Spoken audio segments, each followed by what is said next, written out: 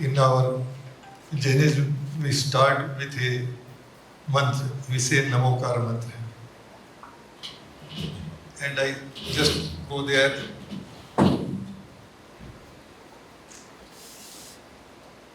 This is our 19th Tirthankar, Muni Subhadnath. Namo Arihantanam, Namo Siddhanam, Namo Airyanam, Namo Vachayanam, Namo Loe Sabyasanam. बोले मुनि सुरनाथ भगवान की जय.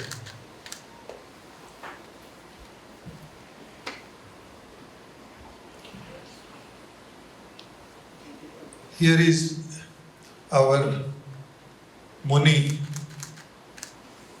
Up to, you see, period from 7th or 8th century or 9th century in India, there were too much irregulation and other things. Then Jain Munis, naked, they almost exhausted. This Jain Acharya Santisar Maharaj, he in 1920 started the same type of living. We say Muni is naked, always naked. Jain Muni do not wear any cloth.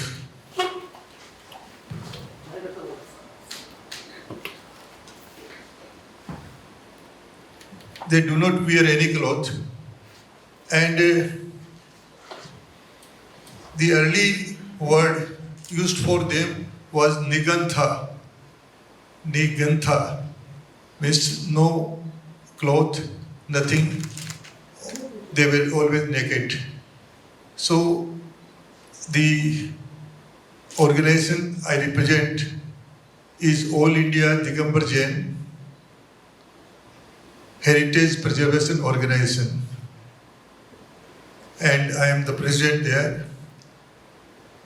You know that Nigantha tradition and Saman civilization is very, very ancient. You in America, North America, in South America, you use the word Saman civilization. He is Saman. This fellow is summoned. This civilization existed in very, very ancient time. Very, very ancient time. In your country also, in India also, in many countries of the world, this civilization was there. But very small research work has been done so far. Very small. I think I am from India. I think this is the first batch coming to see the similarities of Karal with the Jain civilization, with the Nigantha civilization, with the Saman civilization. We have come all the way. Very difficult. It's a very long way to come to India from here, from India to this place. And it's only with this, because last time in July I came here. Then I found that there are many things very interesting, because after visiting, Mr. Héctor is very kind to me. He took me to Karal, and there I saw the many things. And important thing is here that you believe that God is not the creator of this world. This world is coming from time immemorial. Nobody has created it. So, same thing we just believe in India. Very much similarity on this point, that we believe that this land is from time immemorial. So, this is one thing. Another thing is the Saman civilization. And third thing I am telling you, I will read my paper tomorrow, but I am telling you, I am showing you this picture to you. Whenever you have time, students, you see this thing. This is Siddhasila. When one attained moksha salvation, then he remains here. He never comes to the earth again. In Jainism, karma, action is very important. Whatever you will do, you will get it. nobody can spare you. If you kill somebody, hurt anybody, there are things they will take revenge of you. So this Siddhasila, in German people have excavated in Ethiopia. In Ethiopia they have excavated this thing, and they found in 3 different temples this thing. And in this there is an inscription. The inscription says that this is 1300 BC. Just imagine, 3,300 years ago in Ethiopia there was Jain religion, the religion of naked people, Nigantha tradition. The Saman civilization was also in Ethiopia. So all these things are there. Today and tomorrow and day after tomorrow, we will discuss with open mind. Nothing with open mind. Your civilization, Karal civilization, ancient civilization is very, very important for whole of the world. You also know our things, we also know your things, for which we have come here, and our Héctor is very much kind to us that he has arranged everything for us. We thank you very much, and I am also thank you to you. You will draft it, okay. Okay, so this is the thing, and then again I will speak, okay. El profesor señaló en principio dos de sus representaciones, que son las que están en las sillas, como ustedes pueden ver. La de la izquierda es una representación bastante antigua, es una representación más o menos del siglo XVI, un poco más, y en ella se hace énfasis en lo que es que para el jainismo, uno, en todo caso, para los ritos que ellos realizan, es conveniente estar sin ropa. Aparte de eso, él señala de que hay una civilización específica, lo que le llama la civilización del verano o la civilización del sur. Esa civilización, él considera de que tiene cierta relación con lo que vemos en el hemisferio sur, en Sudamérica, por ejemplo. Por eso es que ellos han quedado maravillados al ver Caral, ver una muestra o en todo caso una posible conexión con esta civilización. Además de eso, señala que en el jainismo está el karma. Lo que tú das, vas a obtener. Y aparte de eso, hay una conexión con lo que es Alemania. Al parecer hay un mito referido a un árbol en el cual es similar a lo propuesto por el jainismo. Eso y otras cosas, así como la idea de la civilización del sur o del verano, se verán en los días siguientes. Se discutirá de una forma más holístico, en todo caso, con la idea de lo que es una apertura de mente. Gracias. In our Mr. is here, I want to honor him, from Indian Embassy. You please.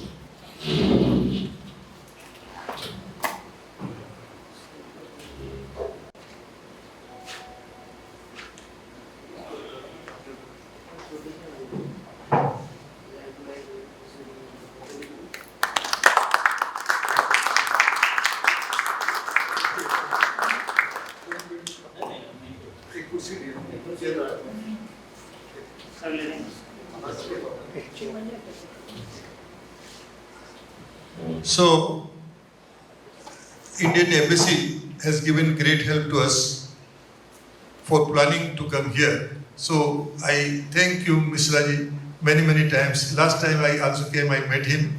So, he has given us great cooperation. So, thank you very much. Now, we should start our thing, and while discussion, you may raise anything. We will try to reply you and satisfy you.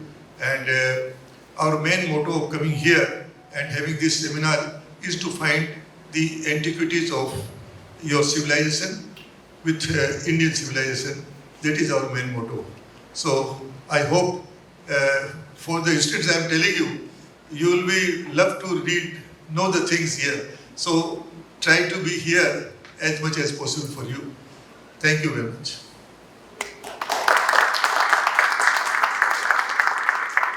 El profesor quiere agradecer a la Embajada de India por lo que está haciendo para que este evento sea posible, y también señala que entre las cosas que se discutirán en este seminario es acerca de las similitudes entre la civilización india y la civilización de Sudamérica, o en todo caso lo que nosotros vemos en nuestra civilización.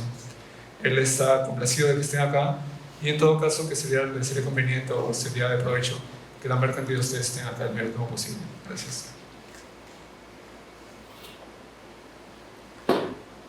Entonces, tenemos una agenda recargada, estamos el día de hoy, estamos el día de la mañana, proyectamos estar hasta la 1:30. El día de hoy tenemos 3 colegas que van a compartir su experiencia, la doctora Latadani, la profesora Aruna Sethi, que si bien no ha podido venir a Lima por un contratiempo familiar, ha entregado su paper y este será objeto de una lectura, y el profesor Brigesh Rawat, arqueólogo, que nos va a hablar de la arquitectura religiosa de la India. Quisiera indicar que el evento es parte de toda una actividad que se va a iniciar en términos de investigación, en términos de intercambio con la Fundación y con la educación superior de la India, de universidades que estén interesadas. Hay conversaciones con las universidades y la idea es poder crear oportunidades para que las nuevas generaciones, los jóvenes de pregrado, los jóvenes de posgrado, puedan desarrollar sus estudios, porque no solo en estudios clásicos de la India, sino también en otras materias como física, como economía y tecnología. Entonces, cultivar esta relación con la educación superior de la India también es propósito de este evento académico, que si bien se lleva a cabo en sociales, no se limita a sociales, ¿no? Incluye artes, van a haber una conferencia que toca temas de la física, de la astrofísica, así que este evento no es sino el inicio de una serie de actividades que vamos a llevar a cabo desde sociales, desde la universidad, con la educación superior de la India. Entonces, desde ya los invito a los futuros eventos a realizarse, y es un momento muy especial para la Iniciativa de Estudios Globales porque este es el 6º año de la Iniciativa de Estudios Globales. Hemos tenido colegas de Australia, hemos tenido colegas del Medio Oriente, hemos tenido colegas de China, de Malasia, pero es la primera vez que tenemos colegas de la India, ¿no? En los 6 años empezamos a iniciar este contacto con la comunidad académica de la India, contacto que esperamos cultivar y desarrollar a mediano plazo. Entonces, quisiéramos acabar esta forma de inauguración y luego dar paso a las lecturas.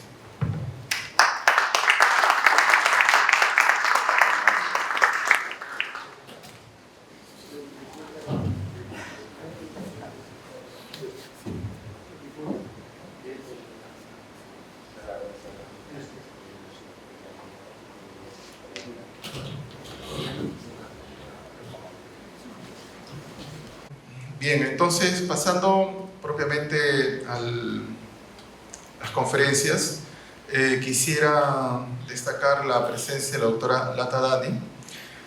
La doctora Dani ha estudiado filología inglesa.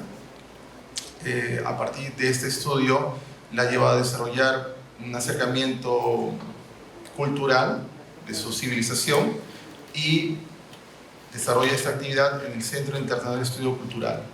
Es una entidad con sede en la India, con sede en América del Norte y del Sur, y que lleva a cabo encuentros periódicos. El último encuentro fue en la India. Estos encuentros tienen por propósito reunir a líderes culturales de África, de Europa, Norteamérica, Oceanía, y estos líderes culturales compartir sus principios de civilización. Entonces, el acercamiento que tiene la doctora Dani es entender que las civilizaciones, por más distantes que estén, comparten puntos en común, y es lo que ella cultiva y estudia, como estos puntos en la estética, en la música, en la relación espacial, nos pueden ayudar a profundizar la comprensión de estas civilizaciones, a veces muy distantes en el espacio. Entonces quisiera,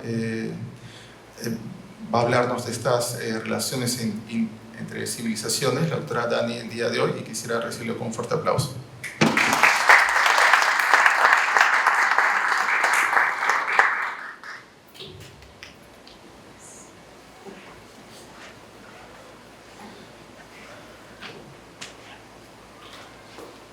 Namaste. Buenos días a todos, mis hermanos y mis hermanas. Estoy muy alegre, contento de estar aquí en Perú, un país muy bonito. Hablo español, pero no mucho, poco. Por eso, therefore I request Mr. Murad to interpret, because my presentation will be in English.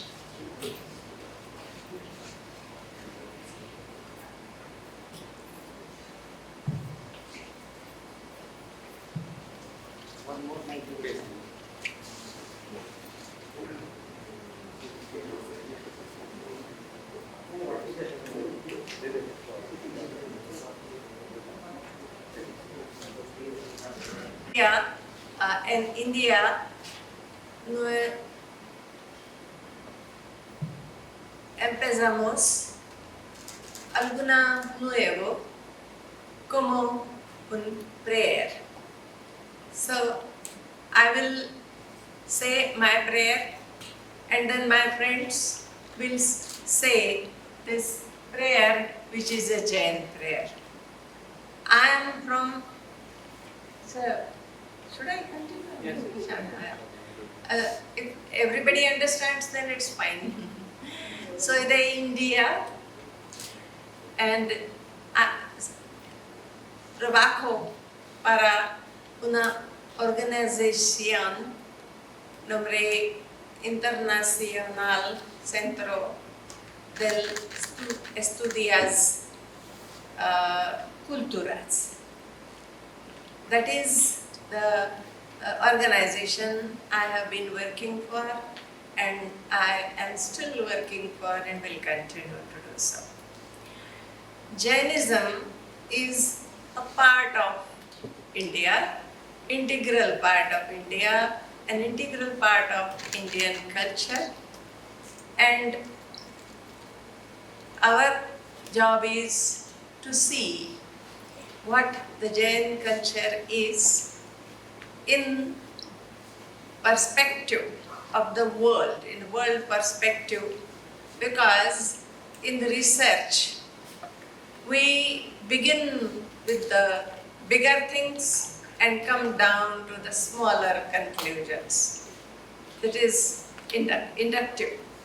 And therefore, we have to consider Jainism also in the world perspective. And here I am to speak about the world cultures and the similarity of world cultures. Estamos aquí en Perú para presentar algo de los estudios jainistas, de la cultura jainista. Vamos a hablar en el artículo, ella va a hablar de los estudios y de la cultura jainista. Jainismo es una de las religiones más antiguas de la India y también del mundo. Aquí estamos para ver cuáles son las similitudes, cuáles son las diferencias entre las antiguas civilizaciones del mundo. Como nosotros en la India somos las culturas y una religión más antigua antes del hinduismo. Ustedes estarán sorprendidos saber de que jainismo es una religión, es la religión más antigua de la India. Viene derivado también antes del hinduismo, según lo que dice la profesora, y era origen de todas otras religiones en la India.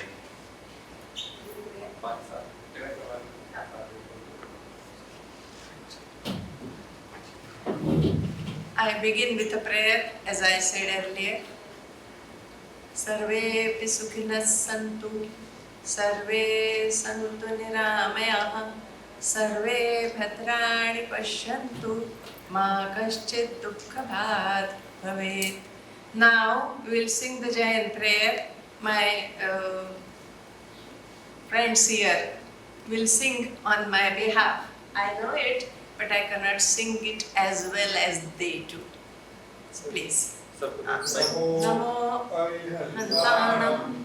Namo Siddhanam, Namo Ariyanam, Namo Udayaya, Namo Nisasasam, Exo Panchanamo Haru, Sabya Avaranasana, Mauladu Tesavesi, Paramah Vayi Mangalam, Paramah Vayi Mangalam.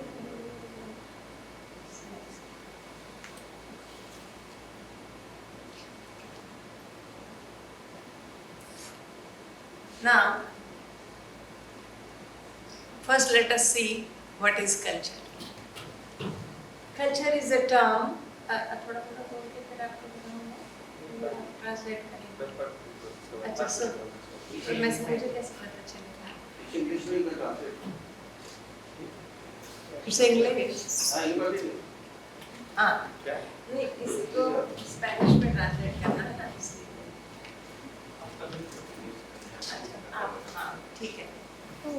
Culture is a term applied to those habits and ways of thought and judgment which man has developed through the ages and which give him mental and spiritual satisfaction.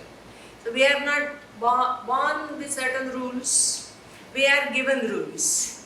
Rules and code of conduct for the society, for the benefit of the society and for the welfare of the human beings. So whatever is good remains and whatever is not beneficial to the society gets lost.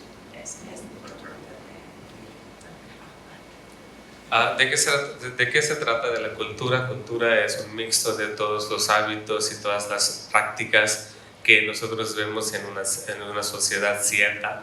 Aquí también, si lo relacionamos con las culturas del mundo, vemos que el jainismo tiene en sus partes diferentes tipos de culturas. The pattern of thoughts, ideas, behavior, moral principles, and on the basis of these, the social, economic, and religions in general, the total development of human beings and the society, political institutions which man has founded, all this man has done. And what is the aim? Aim is welfare of humanity. Have developed different cultures in the world. A través de todos los pensamientos, culturas y prácticas del mundo vemos cuál es el fin, cuál es el objetivo de estas culturas. El objetivo siempre es el bienestar del pueblo, de la gente. We find that the real human culture is to be found in the indigenous cultures, where there were no preceptors. The indigenous people are the descendants of the original people who have been living in the many lands. They have striking similarities, similar in their cultures, regions, and patterns of social and economic organization. They are similar. The world cultures, todo el mundo, they are similar. Si vemos las culturas antiguas del mundo, muchas culturas tienen muchas similitudes. Por ejemplo, las civilizaciones más antiguas y más lejanas de la India, si lo comparamos con las civilizaciones mayas y incas de Perú, de México, de todos estos de Centroamérica. Entonces, muchas similitudes en cuanto a la cultura vamos a ver. I am a student of these similarities and I have studied Maya culture, Aztec culture and many other cultures, and I have met the people from Latvia, people from Europe, people from Poland who have their own distinct cultures, but they are like lost cultures. They have all been converted and therefore but even then they still stick to their original way of life and believe in the things which they have been believing since centuries. Hemos hablado y hemos estado en contacto con muchas culturas de la India, de muchas culturas del mundo. Hemos estado en Europa, en América Latina.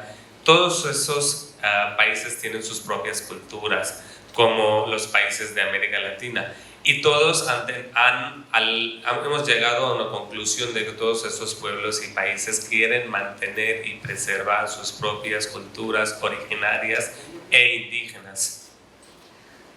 It is a pristine urge to return, to go back to your roots, to find your roots, and this tendency is very much visible in the different indigenous cultures of the world. They are very aware of their past, they are very proud of their antiquity and their heritage, and they come together now and meet and find out ways in which they can preserve their culture, preserve their heritage. We all also here for preserving the cultural heritage, and we are finding it all over the world. That's why we are here in Peru. En los momentos actuales todos los países también están preocupados, están trabajando para poder hacer la preservación de las culturas originarias de estos países. Aquí estamos representando también una organización que se dedica a preservar las culturas originarias del jainismo y culturas originarias de la India. Many indigenous cultures have lost their identity and forgotten their past as well as their cultural history and heritage. They are converted to, and they are forced to learn the language of the conquistadores, and they are forced to change their way of life, but they do not do so even after many efforts. Hemos visto que en muchos de los países que fueron conquistados por los extranjeros fue una influencia grande o fue un esfuerzo grande por los colonizadores de cambiar la cultura y destruir las culturas.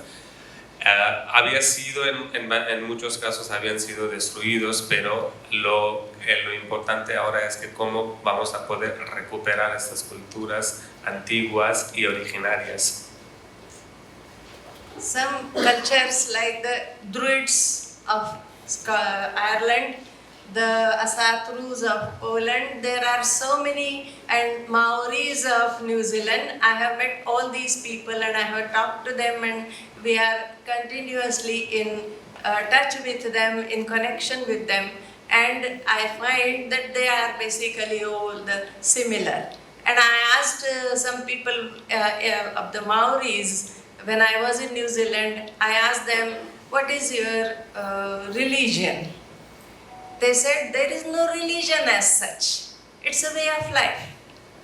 It's like us in India. There was no religion earlier. It was a way of life, which our teachers taught us, our gurus taught us, our Tirthankaras, they taught us. So we follow that. We follow that way of life. Hemos estado en contacto, establecimos contactos con muchas otras culturas del mundo, como en Europa. Preguntamos en varias de las conferencias y contactos y preguntamos cuál era la religión de ellos. Entonces dijeron que era una manera de la vida. Entonces no sabían originalmente cuál era la religión que practicaba la gente. Nuestros gurús Tirthankar también dijeron que la religión original de ser humano, de nosotros, siempre es una manera de la vida, es el modo de la vida. Now let's come to America. In Americas, there were the Aztecs, the Mayas, the Incas, and many more indigenous cultures of the pre-Columbian world, which are studied for their magnificent achievements in several fields like astronomy, astrology. The Mayas are famous for that. Architecture, wonderful. Their achievements in several fields like medicine, astronomy, astrology, architecture, mathematics. Mayan mathematics is very well known, and all these are the achievements of those indigenous people.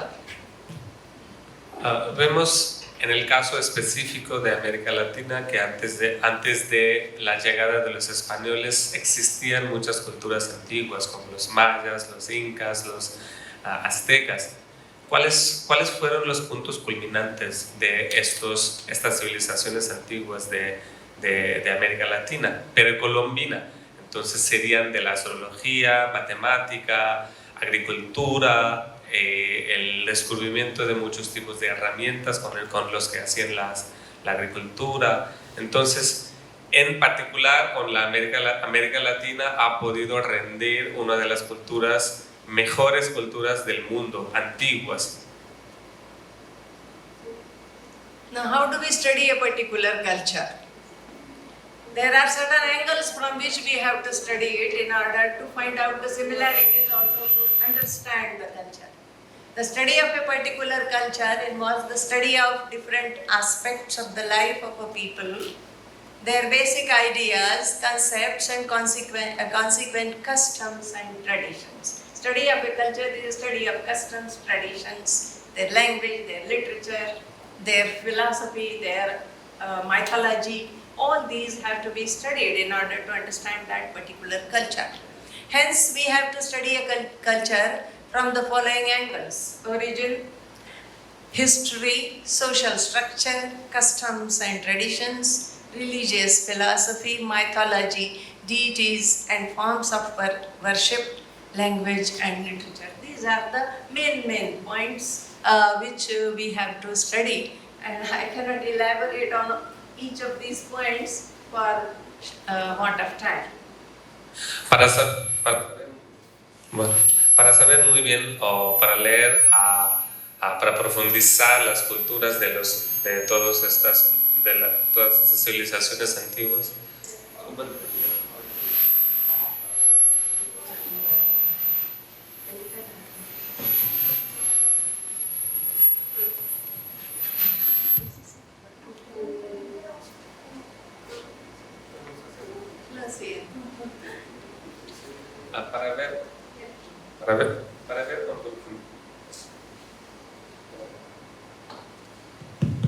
Para ver con profundidad la cultura, para saber sobre la cultura tendríamos que leer una serie de cosas, lo que se relaciona con la historia, mitología, costumbres, pensamiento de la gente, de esos pueblos. Entonces nosotros concentramos más en saber cuáles eran las mitologías, cuáles eran la historia, las costumbres, las prácticas específicas de las gentes. What is the significance of cultural study? Why should we study all that? We can say it's a gone thing, let us forget it. No, we cannot afford to do that. The culture, now I just quote one quote. Samuel Butler said, "Man cannot alter the past, but historians can, because they will find the truth, and the real truth must come forward. Those who yield power have history written as it suits them, the conquistadores. Thus, very often truth is suppressed or distorted. Real truth is not made public, is not given to shown to the people. For example,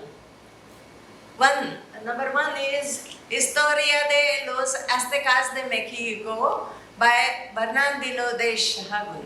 He was a priest and he wrote the history of the Historia de los Gentes de Aztecas. It was sent to Spain, and for 150 years it was suppressed. It did not come to public knowledge. Later, 150 years after, it was published, and then the people came to know the real truth. Then second is Chronicles by Vaman Puma. This is about this country. The rulers are too powerful, and they ruled watch helpless. That is real history. Centuries later, the historians and researchers, they put the record straight, and this process must go on. That is why we are here. The world has a right to know the truth.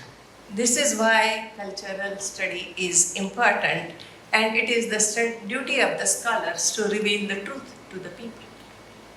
En caso de la historia, podría ser muchos tipos de distorsión, podría ser muchos tipos de cambios, pero como dice Samuel Butler, los seres humanos también podrían, no pueden cambiar el pasado, sino que los historiadores. Así que siempre tiene que tener un punto de vista de un historiador para saber bien cómo fue la historia y las investigaciones. Los investigadores lo que hacen es recuperar la verdad, lo que era la verdad. Por eso estamos haciendo estos trabajadores para poder recuperar lo que era la verdad. Seguimos con la investigación, como vemos en el caso de la historia de los aztecas, escrito por los historiadores, y crónicas escritas por Waman Muma.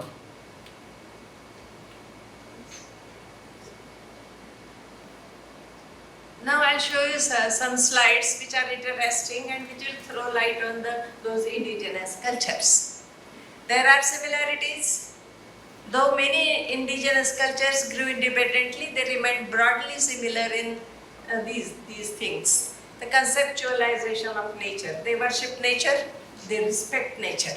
They never want to hurt nature.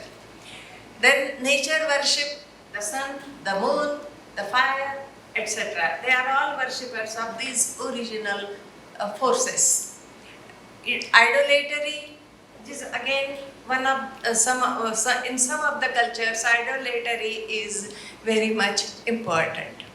Then forms of worship, the way you worship Havana, all those things, Abhisheka and all. Then rituals, customs and festivals and traditions. And these are the photographs of different people with different cultures. That is from Maya, he is a Maya man. She is a woman from Latvia. Then this is from again Latvia. This they burn, like in India we burn Ravan.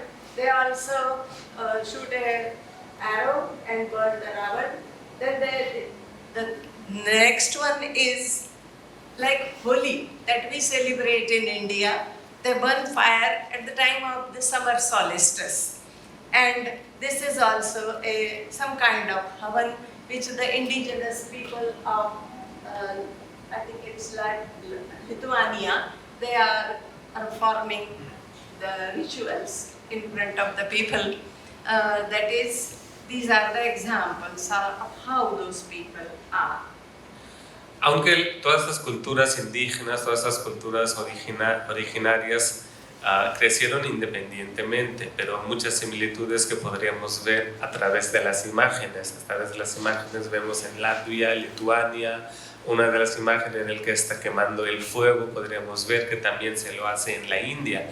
Y a la izquierda podemos ver una persona haciendo oraciones acerca de los fogones. Esto es una práctica muy común en la India que se llama Havan. Entonces, estas prácticas nosotros vemos en diferentes formas, en diferentes modos, pero hay muchas similitudes que se podrían relacionarse.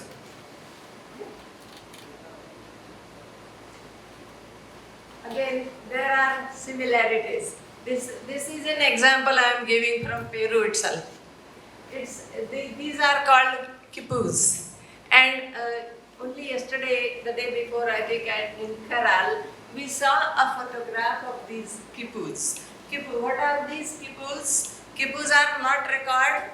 Was a method used by the Incas and the ancient Indian cultures to keep records and communicate information. Okay, but the same simple, same way of communicating is also there in other parts of the world.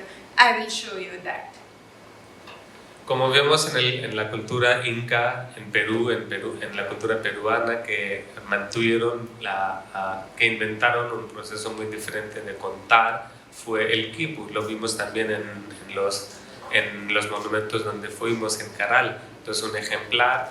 Se podría ver otros ejemplares abajo de contar y para poner a cuenta del ganado, de la estadística en diferentes colores, pero en las culturas vemos en las imágenes de que sí ahí está representado con los colores de diferentes maneras. He has also told you, which I did not say, these are record keepers, ancient record keepers. And it's unbelievable that just at a wall of thread you have the songs and you have literature and you have historical records. Para mantener el ganado, para mantener, digamos, la estadística, usaban el quipu, pero también en otras culturas, en otras imágenes, hemos visto cómo se mantienen esto conteo. Similar to quipu is another system in another part of the world, in Latvia. It is called the Dainas. Now, these are the Dainas. These are the walls of wool. But they are not just wool walls, they are the records of history. They are the records of history. They also have the songs from Vedic times, and they have the Vedas in them. And there are nuts and loops, holes, like in Croatia, we do that. Ladies know how we make holes and how we make nuts. So these are Dainas. These are not woolen balls. These are Dainas. And these are the designs that they make. And that is their alphabet. And that is their, the science or technology, whatever it is, behind this creation, which seems unbelievable today.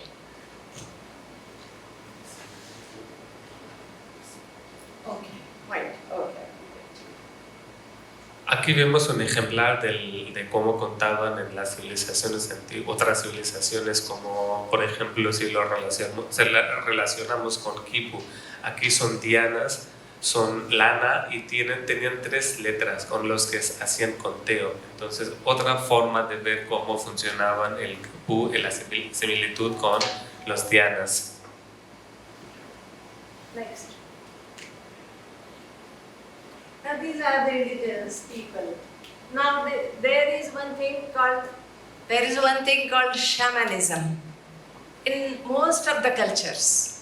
Now we are trying also to discover whether there is a shamanism is actually the Shramana culture that is so important, integral for the Jain culture. So these are the people. Shamanism has roots in almost every indigenous culture, from the jungles of South America to the North America, plains, mountains, regions of Mongolia.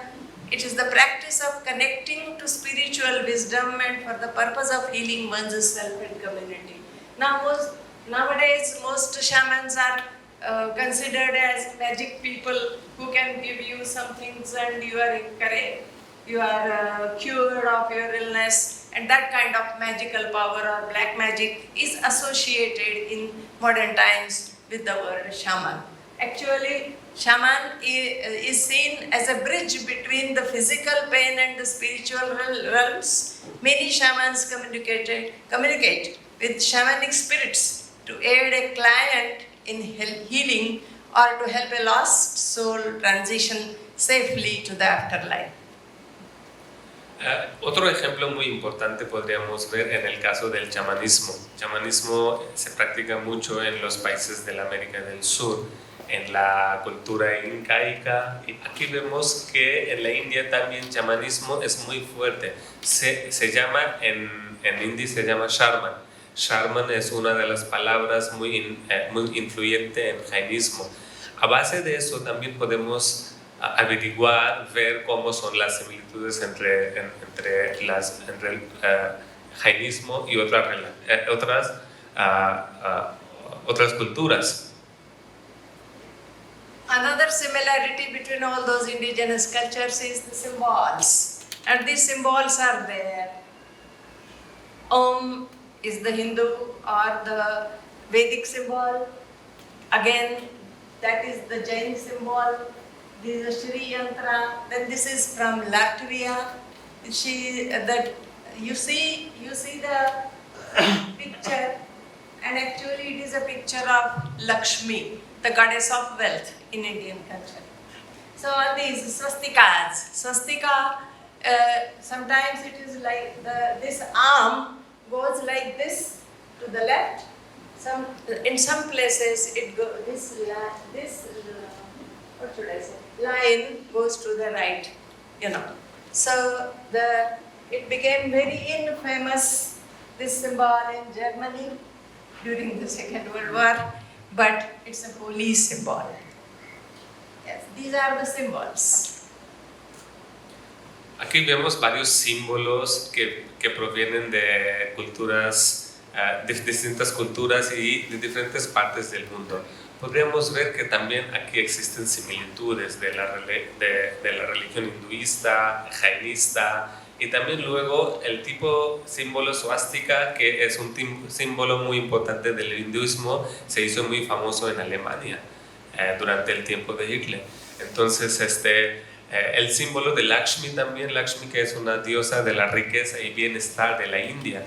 Entonces, en cuanto a los símbolos, podremos ver que provienen, muchas culturas siguen los símbolos, y los símbolos tienen una influencia muy importante de saber y conocer sobre las culturas. Now that, at the bottom on the left is the Jain symbol, and there are my friends who are great scholars of Jainism. They will explain the thing to you. I am not a scholar of Jainism, so I wouldn't venture in that area. Allí abajo también podremos ver un símbolo jainista a la izquierda abajo, que otros investigadores van a presentar e interpretar cuál es el significado original de este símbolo. These are some of the gods and goddesses worshipped all over the world. Durga, Parvati, then Isis from Egypt, Athena from Greece, Coeloqui from Aztecs of Mexico, Padmavati and Pachamama from Argentina. So they have their own mythology. Each culture has its own mythology, but even that is similar. Aquí vemos imágenes de varios ídolos, varias deidades y dioses que se veneran en muchos países del mundo.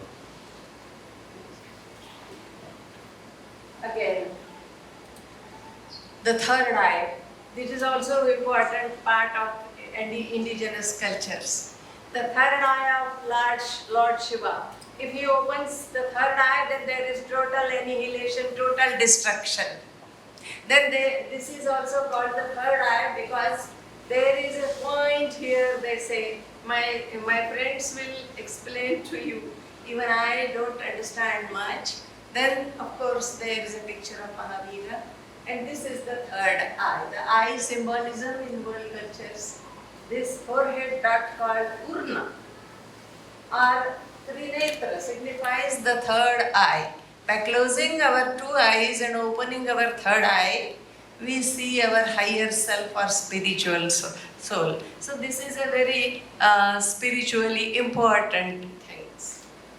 En cuanto a la espiritualidad, entre las dos religiones importantes de la India, el hinduismo y el jainismo, podríamos ver el Shiva, la importancia del tercer ojo. Se relaciona mucho con la espiritualidad entre las religiones, varias religiones del mundo. Por ejemplo, en el hinduismo vemos cómo abre el Señor, el Dios Shiva abre los ojos, el tercer ojo, y eso significa el fin del mundo, el fin de la humanidad. Y aquí en Mahavira, el Señor Mahavira, el Dios de los Jainistas, también podremos ver que tiene el tercer ojo en las imágenes del medio, en las imágenes, el tercer imagen.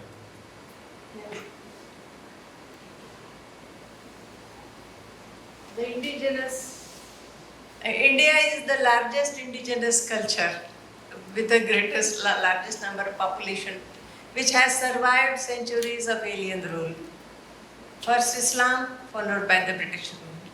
For Indians, religion is a way of life with certain rules that ancient society imposed on itself. It is the essence of experience spread over the centuries. India gave her society the freedom to think freely and make amends to their way of life. Hence, there are several sets of beliefs like Hinduism, Jainism, Sikhism, and many more.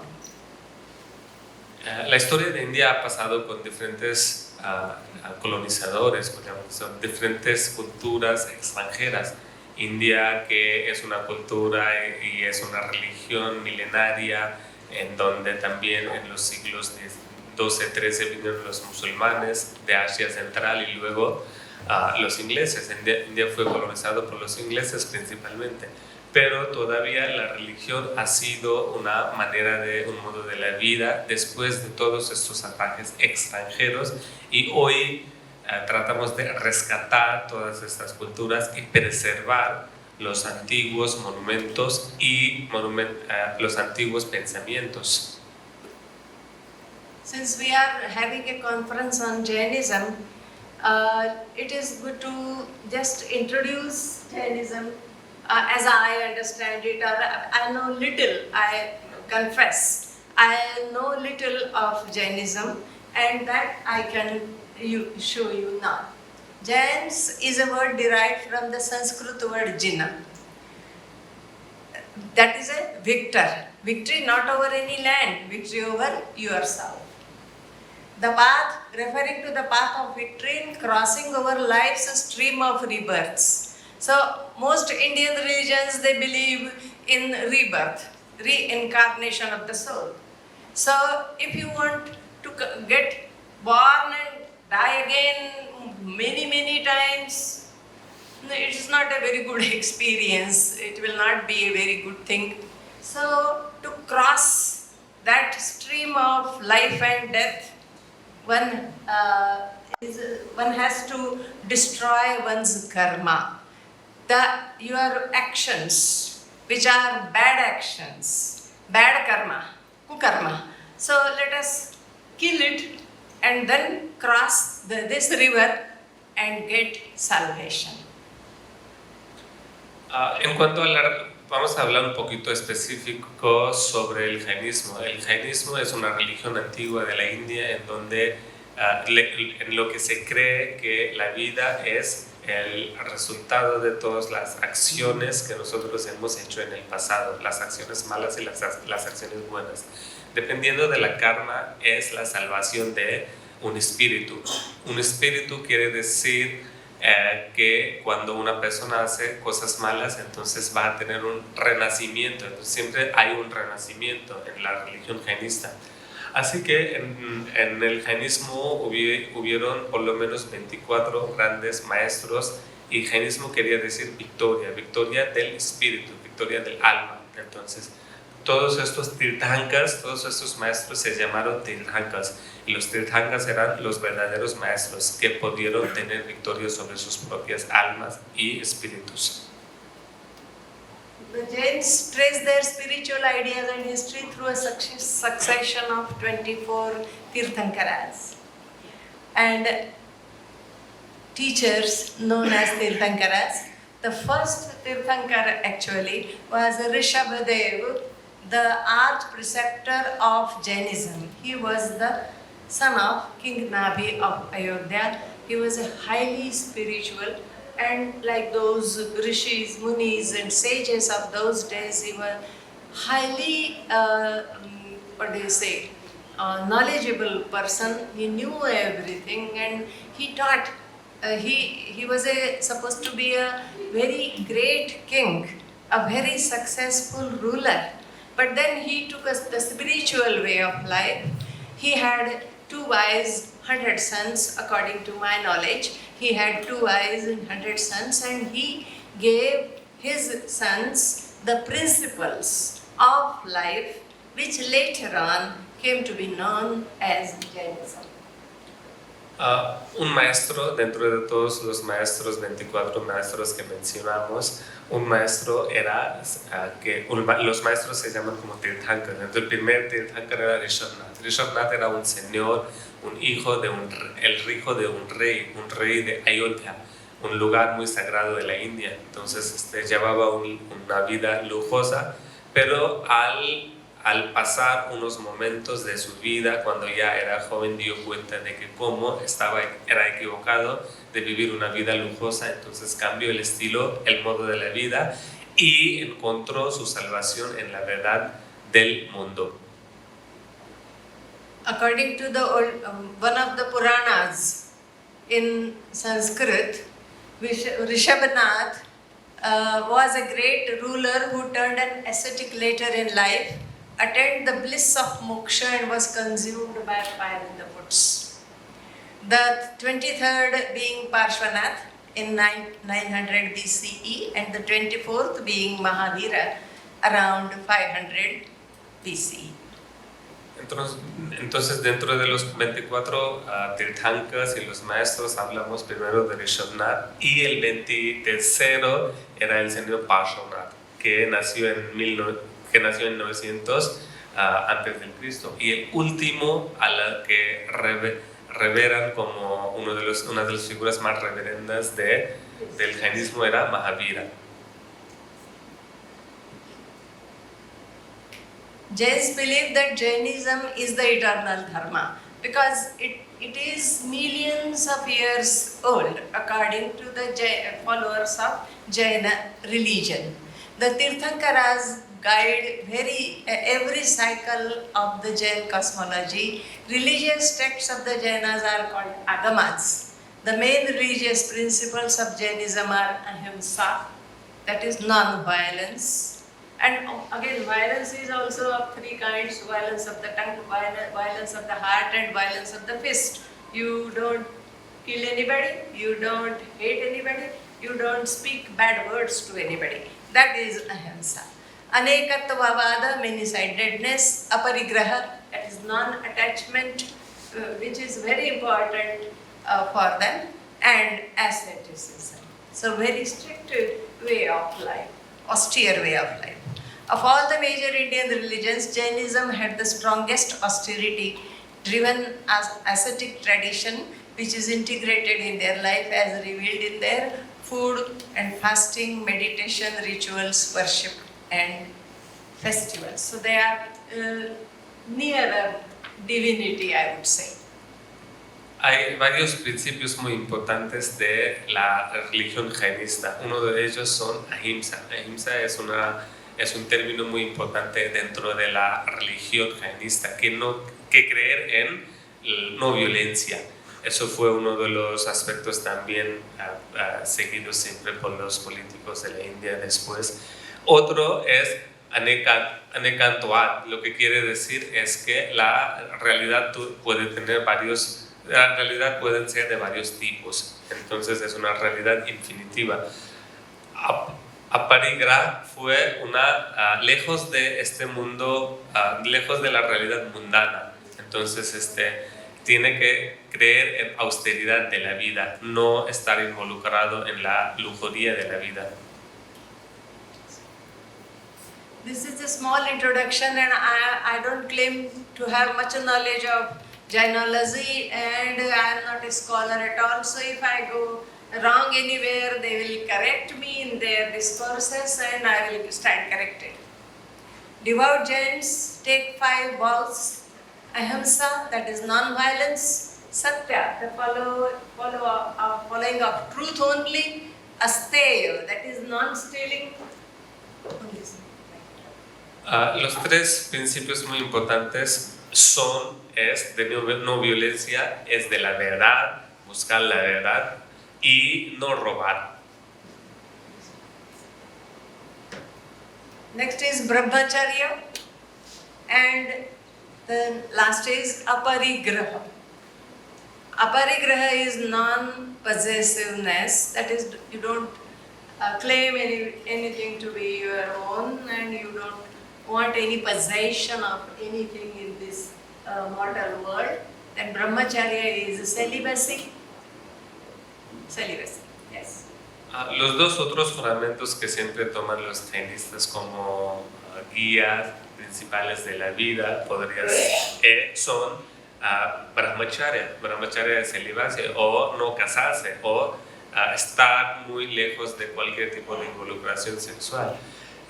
El quinto y el último es no tener nada, vivir la vida austera. Entonces, todos los que son jainistas quieren estar muy lejos de la involucración mundana, no tener ningún tipo de posesión.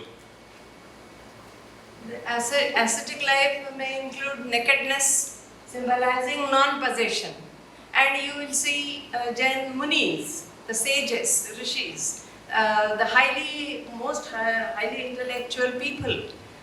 They don't consider clothes necessary. They will remain as they were born, covered, clad by the sky. So that is one of the principle of Jainism. And fasting is very important. Penance is prayaschitta, that is also very important. And all this to burn away the karma, the bad things that you might have, your sins that you might have committed in your life, and reaching the siddha and moksha. That is ultimate salvation. Así que siguiendo los principales aspectos de la religión, podríamos decir que son tan austeros que los jainistas o los que creen en el jainismo no llevan ninguna ropa, viven desnudos, entonces no tienen, para poder demostrar de que no pertenecen o no tienen ninguna pertenencia hasta de las ropas. Entonces los jainistas reales no llevan ningún tipo de ropa. Luego también el principio importante es no tener ningún tipo de posesión en la vida. Otro es ayunar.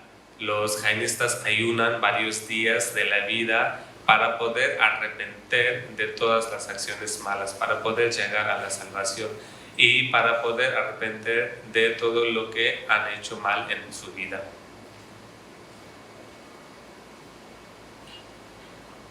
All three major religions of India, Hinduism, Buddhism and Jainism, share concepts and doctrines such as karma and rebirth. There is no doubt about it. They have similar rituals, festivals, mythologies and monastic traditions. They do not believe in eternal heaven or hell or judgment day now. Jainism, Buddhism and Hinduism grant the freedom to choose beliefs such as in gods or no gods. So you may have Saguna Bhakti, Nirguna Bhakti. With core teachings, participate or not participate in prayers, rituals and festivals. So you see how liberal these religions are. They don't force anything. It is up to you whether to follow it or not. They all consider ethical values such as non-violence to be important, yes. And like suffering or to craving individual actions, intents and karma.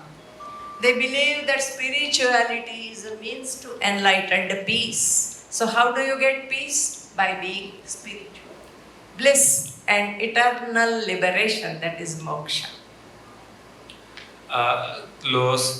Todas las religiones importantes de la India, principalmente el jainismo, el hinduismo y el budismo, tienen algunos aspectos muy similares y siguen el mismo camino, el camino del karma y el camino del renacimiento.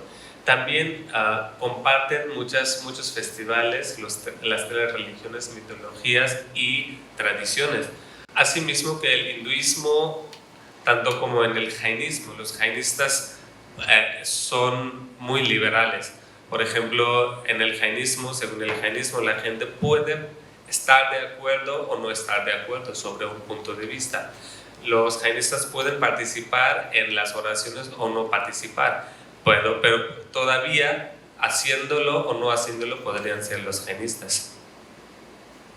Esto es mi pobre conocimiento de Jainism, and I'm sure my friends here will correct me. Next. These principles have affected Jain culture in many ways, such as leading to predominantly vegetarian lifestyle that avoids harm to animals and their life cycles. Parasparo graha Jivanam, the function of souls is to help one another, is the motto of Jainism. Namokara mantra is the most common that we sang in the beginning, and basic prayer in Jainism. This is just an introduction, as I am repeating again and again, and culture in the overall world indigenous culture scenario. More scholarly papers and discussions will follow, of course, and in the course of the next 2 days. Let us learn more about recent researches in the Jain Dharma from them. Los jainistas no comen nada de carne, son vegetarianos, no pueden comer huevos, para no matar a los animales. Entonces, el principio de la religión es el espíritu de la religión es no matar a los animales. Un alma no puede matar a otro alma. Por eso los jainistas en ninguna parte del mundo comen los huevos o carne. Por eso es una de las religiones pacifistas. Siempre creemos en dar espacio a todos los seres vivos. Gracias.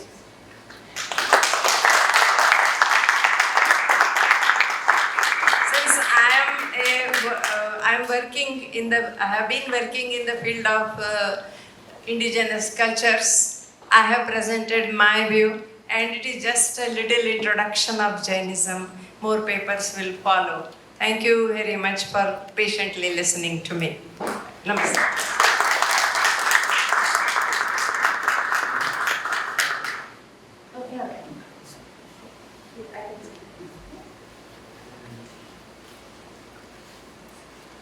Bien, a partir de la lectura que ha tenido, abrimos un breve momento de interrogantes, comentarios. Tenga bien hacer una interrogante a la doctora Latadani. Tenemos 2 o 3 interrogantes para luego continuar. We'll have some questions here, and the floor is now open to the question and answer session.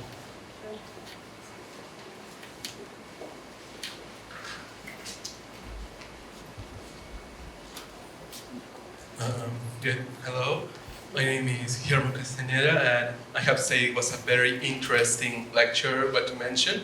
I especially enjoy about the similarities and differences between many of the indigenous cultures and how you mentioned Jainism being one of them as well, and perhaps as a way of life itself.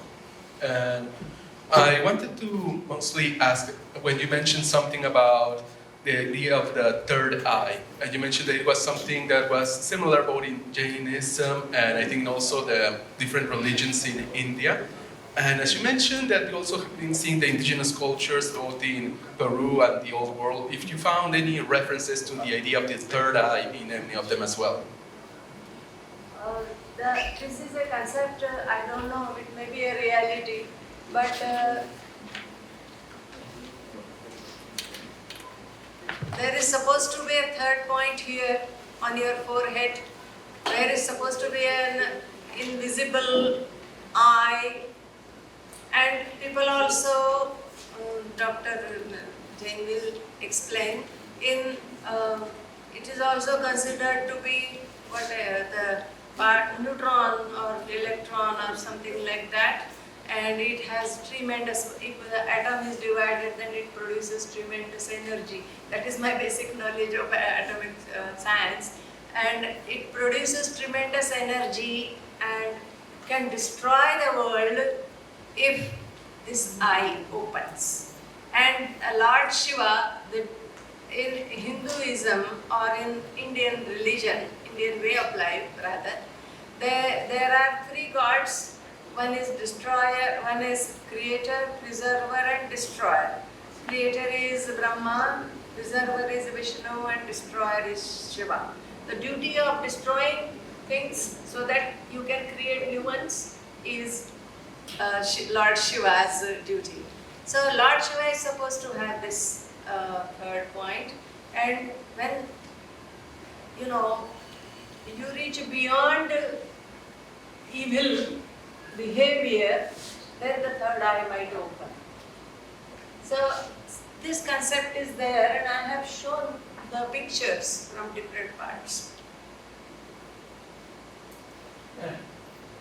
That is something to be explored. There are so many things to be explored in these. Am I able to comment on that? Yeah, sure. I'll also learn from it.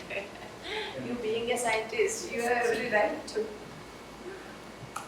No, I think third eye has a slightly different meaning also. One point, what she has told, that is in our mythology is correct from that, but in our Jainism also that third eye is by meditation.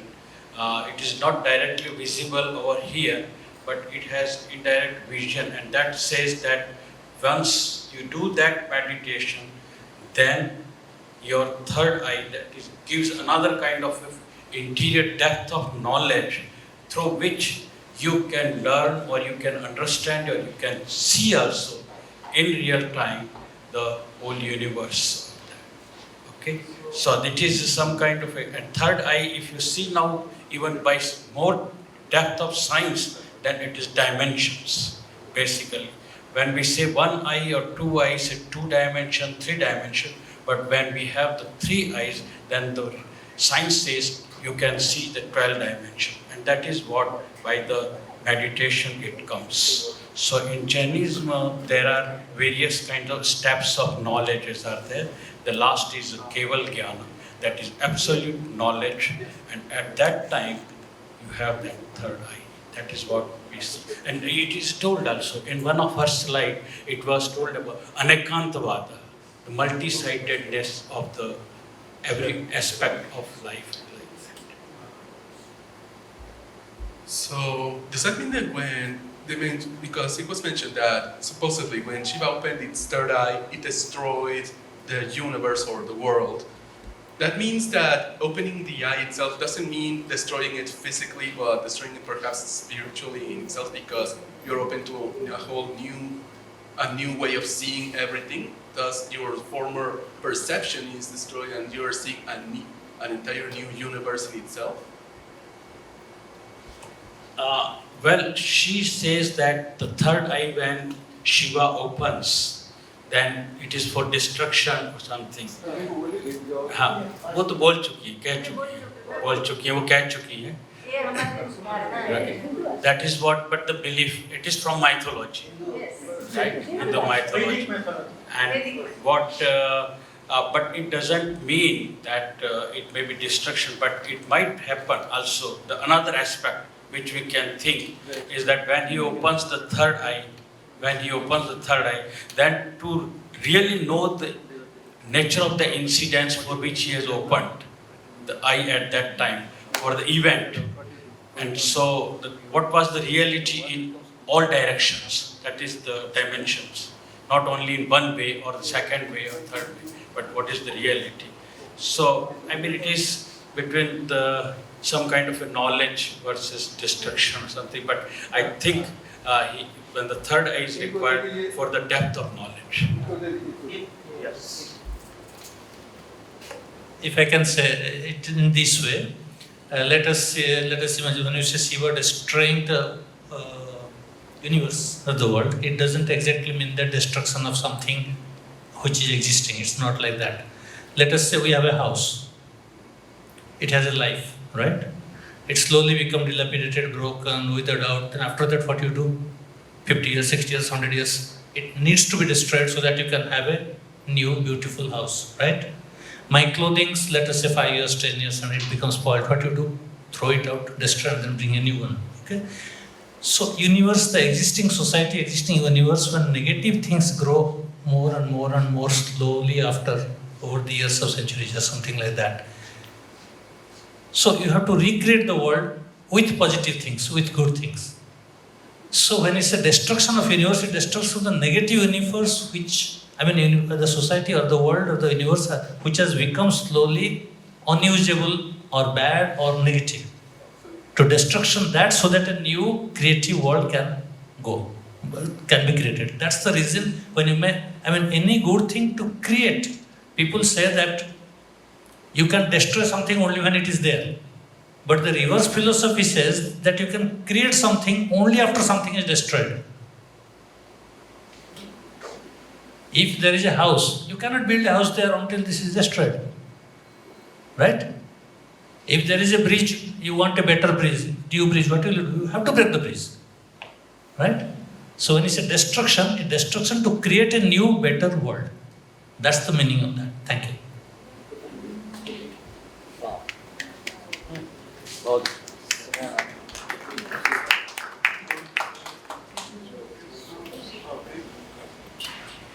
Ok. ¿Cuántos de aquí entendieron lo que se dijo? Ok. Básicamente, lo que estuve preguntando fue acerca de la idea del tercer ojo, como había mencionado aquí, y acerca de la idea de cómo esto se relaciona con la idea de destrucción.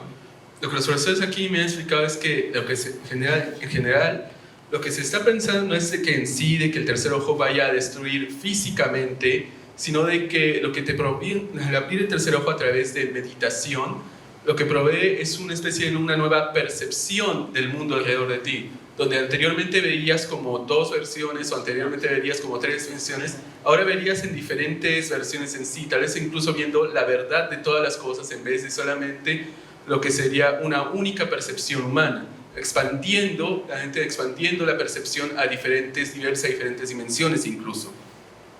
Ahora, esto también se convierte con la idea de la destrucción en sí, pero no en sí una destrucción cosa, sino una idea de reconstrucción, renacimiento tal vez, porque de acuerdo a cómo se tiene la idea en la India al parecer, una vez que tienes una casa y es bonito, pero pasa el tiempo y la casa va dilapidándose, va poniéndose vieja, entonces ¿qué se tiene que hacer? Es construir una nueva. Pero no puedes construir una nueva casa a menos de que hayas destruido la anterior, y no puedes construir un nuevo puente que ya está todo viejo a menos de que hayas destruido el anterior para poner un nuevo en su lugar. La idea aquí viene entonces con un ciclo de nacimiento, degeneración, destrucción, renacimiento otra vez o reconstrucción otra vez. La destrucción en sí no se conviene como algo de vamos a destruir todo, sino tenemos que destruir para poder construir nuevamente. Así como con la idea de que la humanidad tal vez pueda destruir, pero es para que se pueda reconstruir otra vez en principio nuevamente. Ese es un ciclo que se hace bastante y está construido con la idea de la reencarnación en sí. Uno nace, vive, muere, renace otra vez. Es algo que está bien metido en la misma cultura entonces.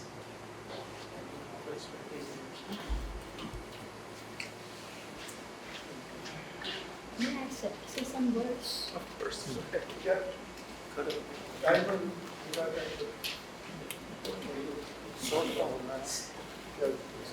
Hello. There are two schools of thoughts regarding the world. One is the creation, and the other is automaticity. The creation thought is described by Brahma, Vishnu and Mahesh, Trinity. So Brahma creates, Vishnu runs, and Shiva, if opens the third eye, destroys. But the school of thought that has automaticity of universe and world, there we have limited knowledge. Knowledge is described in 5 types. One knowledge is Mati Gyan, the other is Shrut Gyan. We all have Mati Gyan and Shrut Gyan. Mati Gyan is first experience, Shrut Gyan is repeated experience for comparison. When common human being or common living being elevates self to the higher level of knowledge, then these two knowledges run together with the third knowledge, Avadhi Gyan. Okay? Avadhi Gyan means knows of the time, temporal distances and also regional distances. Then the fourth knowledge appears further, that is Manah Paryay Gyan, clairvoyance. Then when all these are shut down and the knowledge has reached the absoluteness, then comes the Keval Gyan, only one knowledge. Then these worldly eyes get shut and the third eye gets opened, giving out the knowledge that is the endless knowledge. One visions the Kavali visions whole universe, but is not involved in it. That is it. That is the third eye. Thank you. What I took. That is what I took. Is there two persons?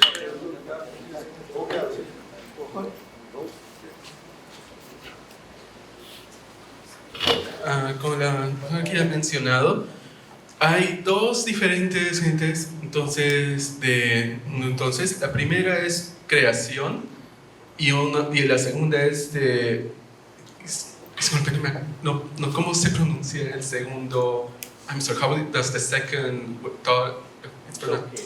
It's a canonical text knowledge, Shrutibhya, Matibhya, canonical text, which comes or by the observations, experiments, etc. So that is the thing. And third is by meditation. Fourth is further course. La primera entonces es la idea de creación, consciente, y en esta se pone es un poco más mitológica en sí. La idea es de que están con los tres dioses principales. Ese es Brahma, Vishnu y Shiva. Ahora, la idea es de que primero Brahma crea el mundo, Vishnu corre alrededor del mundo, pero Shiva abre el tercer ojo y con eso destruye al mundo. Ahora, la segunda forma en cómo ver el mundo es con los 5 conocimientos, por decir, Matiyam y Shrubiyam, que básicamente son los tipos de conocimiento que uno aprende a través de estudio y de experiencia. Ese es como uno obtiene el conocimiento hasta ahora. Luego, la tercera forma de conocimiento, que me disculparán, me es un poco difícil poder mencionar, es un tipo de conocimiento que solo se puede obtener a través de la meditación. Y luego el cuarto conocimiento es la cuarta esfera de conocimiento final, la última en la que un ser humano puede obtener. Pero una vez que obtienes el cuarto conocimiento, ya has llegado entonces al punto límite de todo el conocimiento que puede ser obtenido por un ser humano. Y es ahí, en ese momento, que puedes obtener el quinto conocimiento final, con el cual tú puedes abrir el tercer ojo. Al abrir el tercer ojo, entonces tú abres tu mente a todo el conocimiento que existe en el universo. Todo el conocimiento finalmente, todo lo que existe en el mundo es tuyo para ti. Y al abrir eso, ya sabes todo y eres todo el universo en ti. Y eso es como se puede interpretar también lo del tercer ojo. Okay, let us close now. Thank you. Bien, entonces tenemos varios comentarios sobre la ponencia de la doctora Dani. Ahora quisiera poder despedir con un fuerte aplauso a la doctora.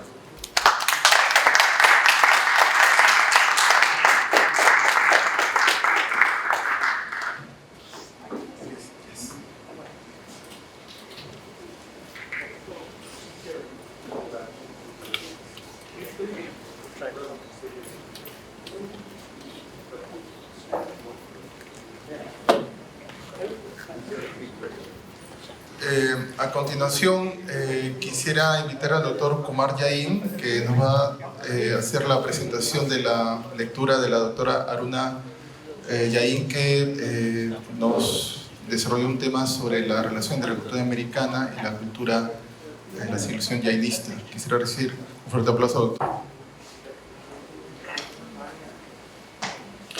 Buenos días. Sadar Jai in Jainism to all of you. I, Dr. Nirmal Kumar Jain, on the behalf of Dr. Aruna Sethi, Professor of LL Law College, New Jain in India, I'm reading her paper, Contribution to Jainism and Maya Culture to Human Development.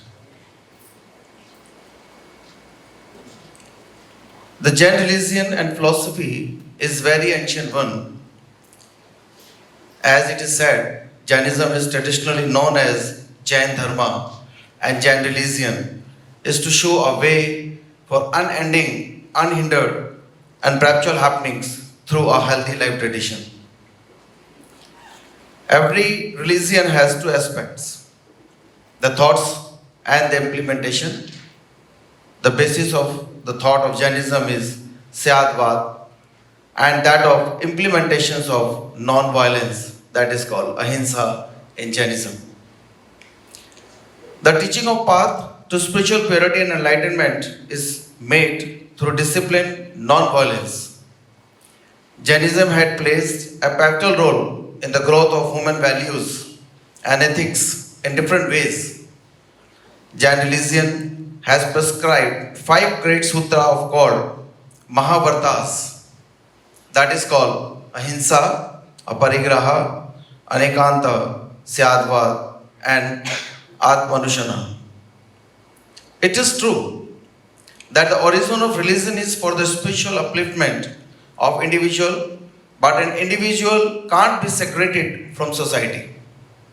Nation or the world of human civilization and culture, even in the primitive stage of man, has been a part of a group in being a part of any religion. The group of people is known as society, nation, and later on the world. G.B. Cunningham writes well when he says, in the course of man's social development in primitive group, have been transformed into the larger group of civilized society. Whatever the case may be, it is certainly important to note that human civilization, whether of the east or west, moving in the line of progress. Today, what is resting on the ideal of internationalism? This requires many more things. I am here to discuss about the contribution of Jainism and Maya culture to human development. Presently, we are living in the age of science and technology. The advancement in our scientific knowledge has removed our religious superstitions and false dogmas, but unfortunately and surprisingly side by side, it has also shaken our mutual faith and faith in moral virtues as well as religious and spiritual values. So the total human race is living in tension. Jain philosophy gives us inspiration, peace, and coexistence to the whole world. Existence favors, or coexistence is not hollow or impartial, but very much pragmatic and fashionable. There practically is ambiguous.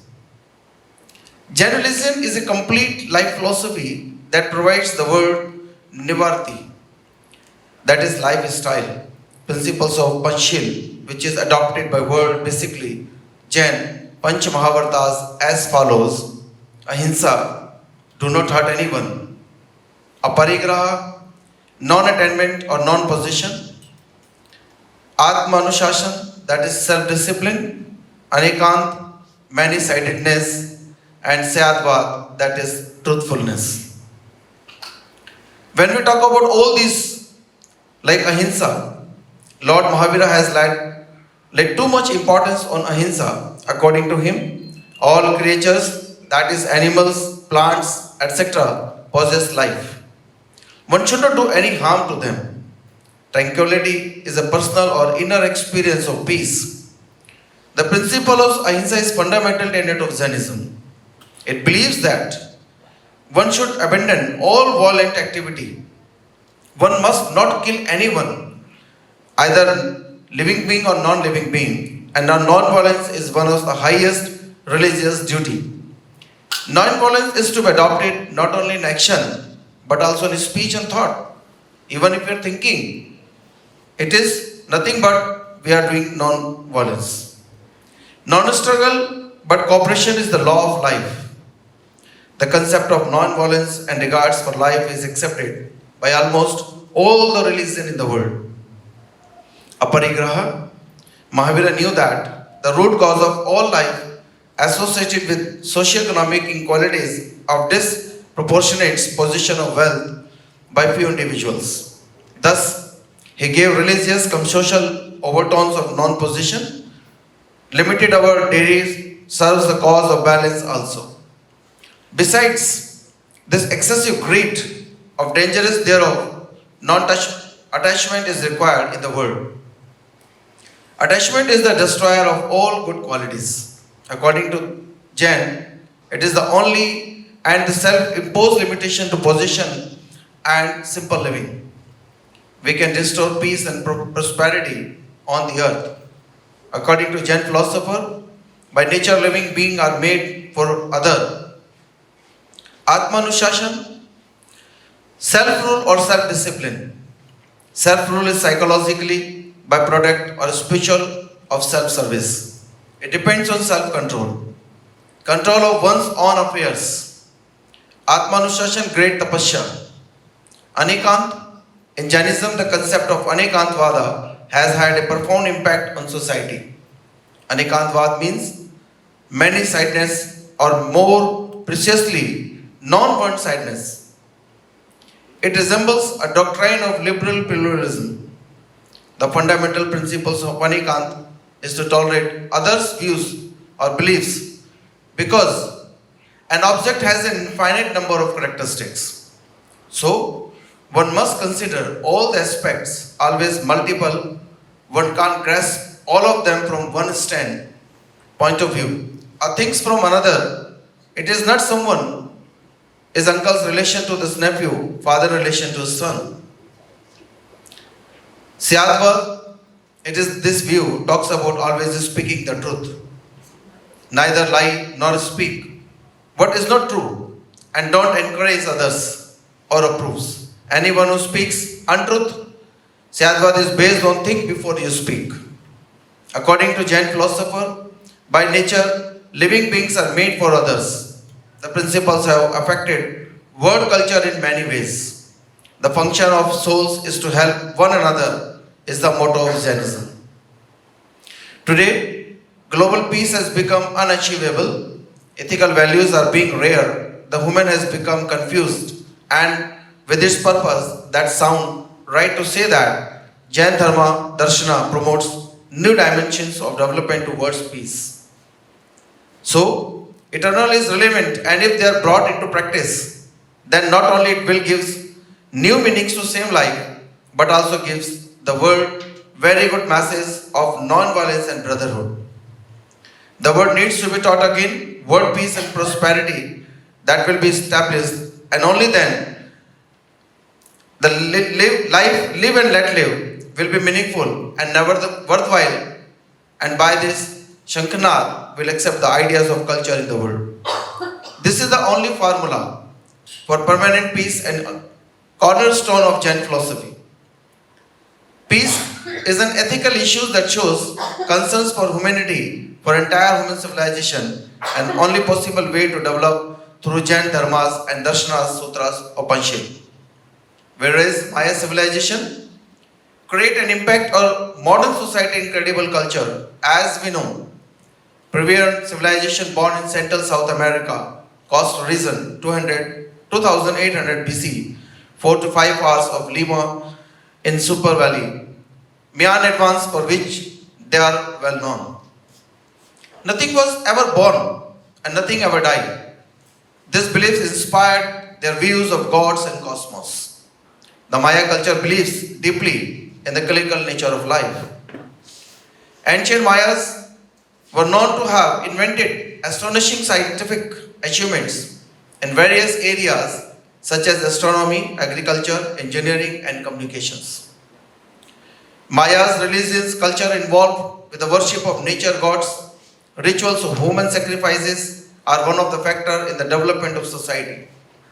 Cooperative work and modernization has affected the world development. They created a complex calendar system. The Maya also invented plastic and rubber, making they discovered the concept. Underground store, water during the dry season. During this period, law and order, Mayan art, the language, they were also discovered, which is made up of 800 symbols. Each symbols represent a word in today's life. Besides this, potato is connected with Peru, but original agriculture was beans. Beans was democratized more than 7000 BCE. Amazonia was a non-civilization region. The tradition was continued by Spanish. Inca and Spanish share a common vision of Amazonia. In Muse Moria, tropical lands were origin of civilization. In the past, Tallow and further of Peruvian archaeology was a mestizo. Believes that Amazonia was an origin of Peruvian civilization. Today, archaeology thinks north of South America, tropical islands was origin of pottery and metalwork. North Amazonia was bridged to Peruvian coast. Ancient Mayan Sethi was founded in 1535. But indigenous population has been living here since centuries ago. Original indigenous culture was in Han, Lima, 4th BC and Ishma, 15th BC. At last, not the least, we can say that both Jain and Maya culture are highly cultural society which ethically affected and awakening the world by their own way and give new dimension development of the world. Thank you.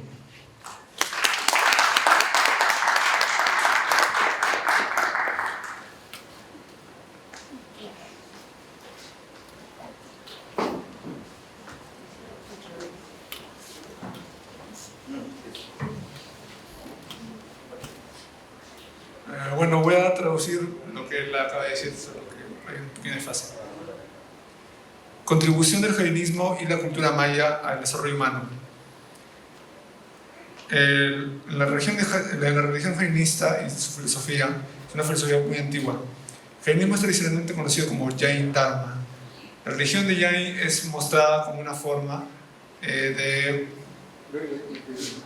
perpetuar la felicidad a través de una tradición saludable de vida. Toda religión tiene esos aspectos, los pensamientos y su implementación. La base para el pensamiento del jainismo es el libro que daba, y su implementación como parte de su implementación se encuentra la no violencia, que es uno de sus principios. Para enseñar el camino, para enseñar la senda espiritual de lo que es pureza y demás, es a través de un pensamiento disciplinado con la no violencia. El jainismo tiene un lugar pivotante en el crecimiento de los valores humanos y la ética en diferentes maneras. La religión jainista ha sido prescrita en 5 libros, bueno, en 5 principios. Es verdad que la religión de esa religión es para el gozo espiritual de los individuos, pero individualmente no se puede separar de la sociedad, nación o el mundo humano y su cultura. Incluso en las etapas primitivas de la humanidad, el hombre ha sido parte de un grupo. Los grupos humanos se conocen como sociedad, nación y mundo. Como Kumar escribe cuando él dice: en el curso de la sociedad humana, los grupos primitivos se han transformado en grandes grupos de personas civilizadas. Como sea el caso que sea, es cierto, para entender la civilización humana, que sea en el este o en el oeste, la línea entre progreso ha variado entre el este y el oeste. En el mundo de ahora, la idea de lo que es internalización, de lo que es un mundo intercultural, descansa en diferentes tópicos. Esto requiere muchas más cosas. Y aquí vamos a discutir acerca de la concepción del jainismo y la cultura maya del desarrollo humano.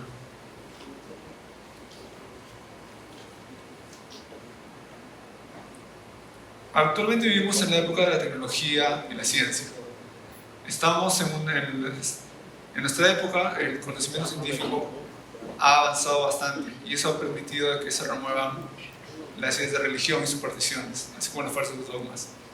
Pero, desafortunadamente y sorprendentemente, a un lado de ellos, también ha sacudido la fe en los valores morales, así como en la religión y los valores espirituales. Así que la totalidad de la raza humana vive en tensión. La filosofía jainista nos da una inspiración para la paz y la coexistencia de todo el mundo. Existen y coexisten diferentes formas prácticas o no prácticas, algunas más pragmáticas que otras. La practicidad es ambigua. La religión jainista es una completa filosofía de vida que proviene o que provee el mundo. Hay un principio llamado Panchil que está adoptado por el mundo y que es básicamente jainista. Bueno, que se mencionan los 5 principios jainistas. Ya.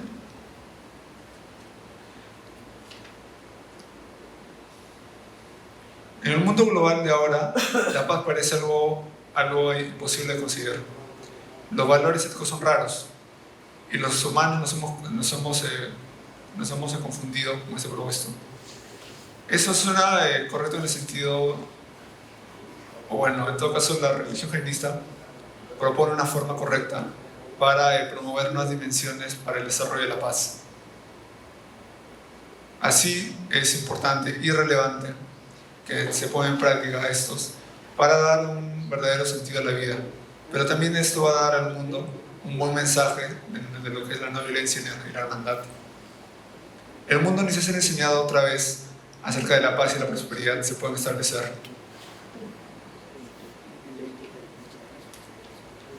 Solo en ese momento podemos vivir y dejar vivir, lo cual será útil y realmente valdrá la pena si se trata de la idea de cultura o de la cultura mundial. Esta es la única fórmula permanente para la paz y piedra angular de la filosofía jainista. La paz es un problema ético que muestra las preocupaciones de la humanidad por la civilización. Y el único camino para desarrollar el Jaina son los dharmas y otros términos. Ahora vamos a hablar un poco de lo que es la civilización maya, donde la civilización maya creó un gran impacto en la sociedad moderna. La civilización maya creó un gran impacto en la sociedad moderna. Como nosotros conocemos, la civilización peruana ha nacido en la costa central de lo que es Sudamérica, alrededor del año 2800 a.C. 4 o 5 horas, de cada 4 o 5 horas al norte de Lima se encuentra el Valle de Sucre. El avance maya es bien conocido. Nosotros nunca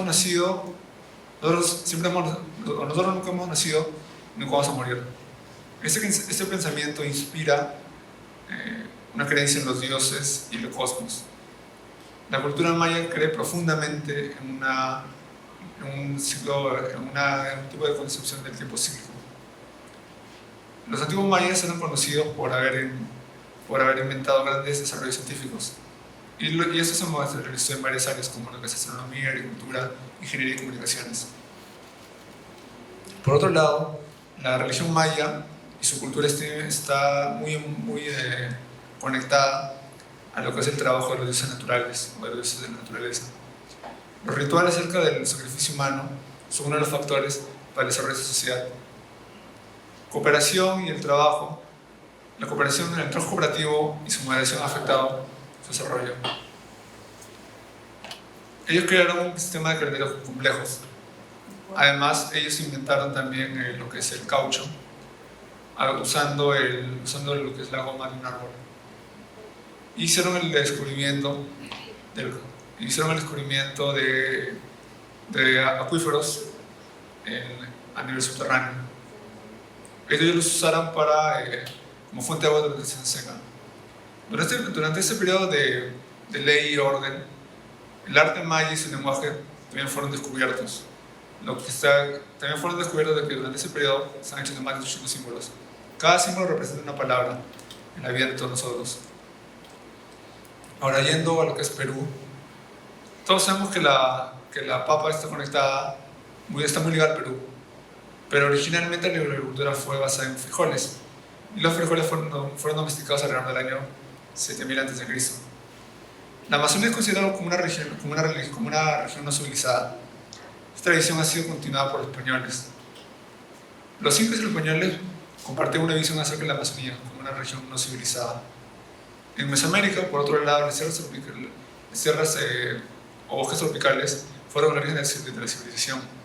En el pasado, Julio Sotello, padre de la arqueología peruana, que era un mestizo, o sea, de orígenes indígenas, creía que la Amazonía fue el origen de la civilización peruana, en contraste con lo que plantean sus mayores. Actualmente en arqueología pensamos que tanto el norte como lo que es el sur de América, tanto las zonas tropicales de lo que es el norte y Sudamérica, han sido los lugares en los cuales se ha originado la técnica de lo que es metalurgia y lo que es cerámica. En la zona norte de la Amazonía, y en ese caso la zona norte de la Amazonía viene a ser un puente entre lo que es Norteamérica y Sudamérica.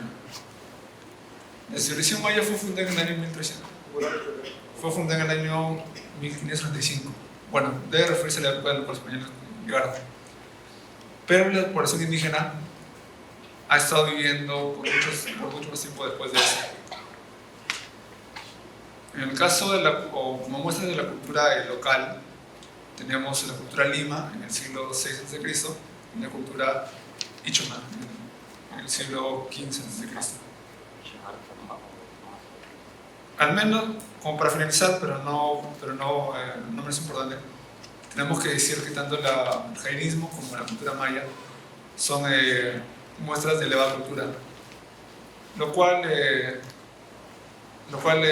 su ética ha afectado profundamente el despertar del mundo, en una forma en la que nos puede dar nos permite ver el mundo de otra manera. La lectura, no sé, quizás no se me ha entendido. La verdad es que el texto tiene algunos pequeños errores, así que para, digamos, condensarlo aún más,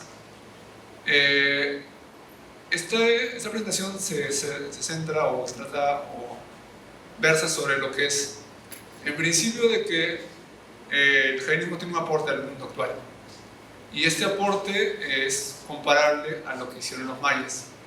Ahora, es un poco irónico que justamente estos aportes empiezan a revalorar en el mundo actual, un mundo en el cual tenemos una gran fe en lo que es la tecnología y el desarrollo cultural.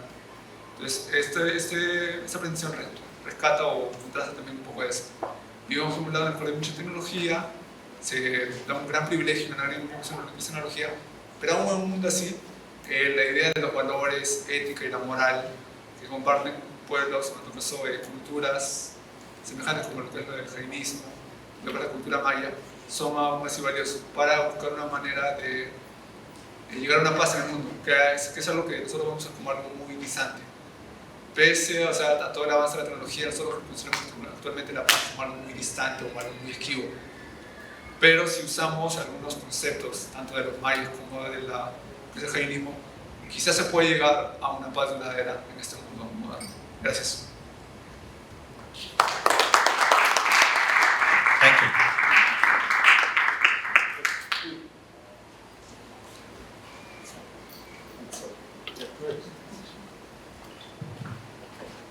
Bueno, quisiera destacar nuevamente un gran saludo a la profesora Sethi. Ella no se encuentra con nosotros por problemas familiares, pero compartió su investigación, su paper con nosotros. Ahora quisiera invitar al profesor Brigesh Rawat, él es arqueólogo de la Universidad Mishra, formado en la Universidad de Nueva Delhi. Él va a compartir su estudio sobre la arqueología del stupa en India y quisiera recibir un fuerte aplauso.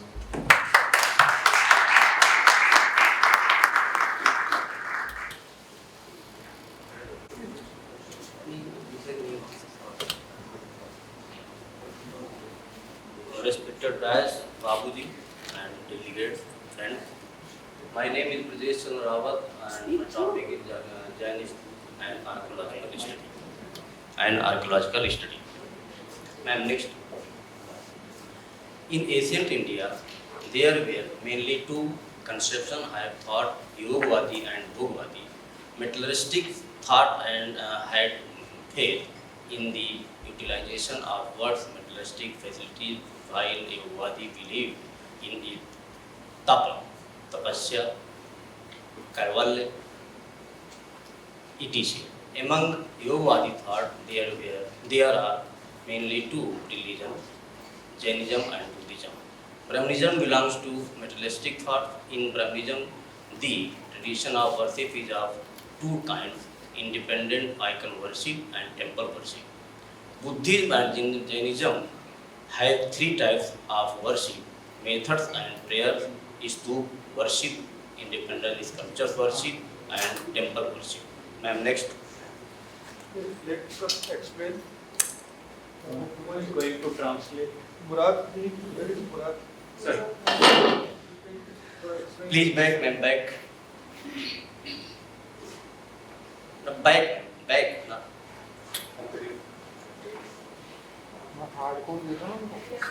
No, back. Hardcore.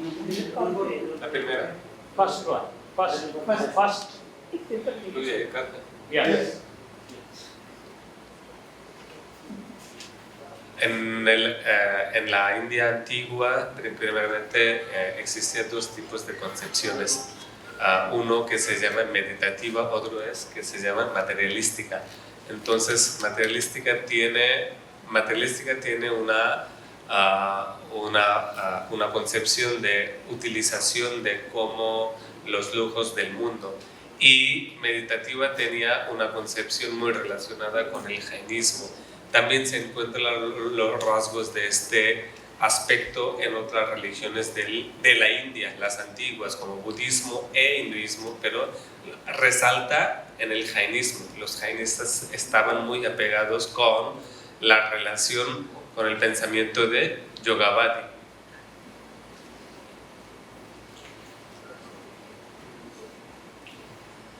These two worship is the oldest form of worship is the above said to religion. Worshipping Stupa is most popular from the worshiping Buddhism. Hence, Stupa and Buddhism are synonyms of each other, but very few Stupa of Jain religion have been obtained, which is a subject of further research. Oraciones y también creer en los ídolos son los dos importantes, es válido en las dos importantes religiones del mundo y religiones de la India, como budismo y jainismo. En budismo la gente siempre creía en los ídolos, pero también en el jainismo, y el jainismo se ha seguido haciendo estudios de que cómo solamente no es el ídolo, sino que también podría ser sin ídolos. Entonces, como estábamos hablando en una investigación anterior, que podría ser en uno creerlo en los ídolos y en el segundo no creerlo. Entonces da libertad de pensar de las dos maneras. There is a word "poop" in Pali language, meaning a platform made of mud or a high platform, high mound. In Prakrit language, it is called stupa, and in Sanskrit language, stupa. That is to build a platform or a high mound over the relics of a great man. In course of time, these stupas and platforms were enhanced and decorated and became the first worshipping monument of India. In Asian literature, has the mention of stupa in abundance. Rigved, Yajurved, Sharpat Brahman, Vajasni Sahita, Amarkos, Amrita Nikaya, Dig Nikaya, Avashyak Nirukti, Jambuti Pragyapti, Vivid Tirth Kalpa Sutra, Vyas, Vyavahar Bhasya, Brihas Kalpa Sutra, etc. There is a detailed description about stupa in all these said literature. Sí. Sí. En las literaturas antiguas de la India, como podemos ver, stupa quiere decir una plataforma elevada. Entonces ahí en una plataforma elevada siempre empezaron a construir ídolos, o podríamos decir estatuas de los grandes pensadores, de los grandes hombres de la religión y los más sagrados. Ahí se encuentra en la lengua Pali, y también se encuentra sus derivaciones en muchos tipos de literatura en Pali, y que están relacionados con el jainismo. The oldest stupa of Gauriya Nandangarh, 15 BC to 66 1300 BC to 600 BC, followed by Vaishali, Piprava, Rajgriha, Nalanda, Sarnath, Bharahu, Sanchi, Sravasti, Sankisa, Mathura, Sangol, Peshawar, etc. And that belongs to 7th-6th century BC. The material used for the construction of the stupas was but mud, bricks and stone according to the time. Here is 5 Jain stupa, Mathura 3, Udaygiri 1 and Vardhaman 1. Una de las más antiguas estupas que podríamos encontrar en la India y en las literaturas de la India es la Oriyandangar. Y luego otros tipos, el material principalmente usado para estas estupas fue el barro, de la tierra lo hacían. Entonces, los más importantes estupas jainistas relacionados con el jainismo están en Mathura, Udaygiri y Vardhaman. Mathura was the oldest center of Jainism. During the excavation at Kankali Tila, the sculptures and architectural fragments have been found. En Mathura encontraron, Mathura como es una de las ciudades más sagradas de la India en relación con todas otras religiones, pero también pertenece a la religión jainista. Allí fue donde encontraron las estupas más antiguas del jainismo. This is the first stupa of Jainism in Mathura.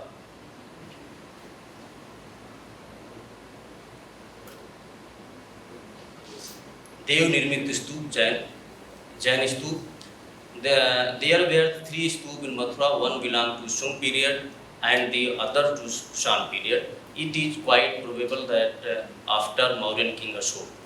The Dev Nirmit Stup of Jains was constructed during the period of Jain Sungas. Taranath has written that Mauryan art was constructed by the Yacha Jain gods period to it. It has the imagination of Puranas, but indicates about the antiquity of stupas. It is quite probable that this stupa prior to Mauryan period might have been the thuha of mud. Later on, it might have been covered with istika, means brick. A sculpture of Tirthankar Muni Subrat has been obtained during excavation in which is engraved year 1719, i.e. 157 BC. Las 3 estupas que se fueron encontradas, las 3 estatuas más antiguas del jainismo fueron encontradas en la ciudad sagrada de Mathura. Mathura es una ciudad sagrada para los jainistas en el que perteneció esta estatua que ahora vemos se llama Dev Nirmit Jaina Stupa. Esto perteneció a un periodo de Sunga y los 3 que se fueron encontradas en la misma ciudad fueron del periodo o del imperio Kushana. Son los 2 imperios más fuertes. Y uno de los practicantes, el rey más famoso mundialmente es Ashoka, que anteriormente no practicaba ninguna religión o tal vez era hinduista, pero se convirtió en la religión jainista. Fue el que patronizó y difundió la religión jainista, pero el encuentro de estos estupas fueron en esta ciudad y los 3 fueron que nos dan muchos contactos, muchas cosas para saber sobre el jainismo.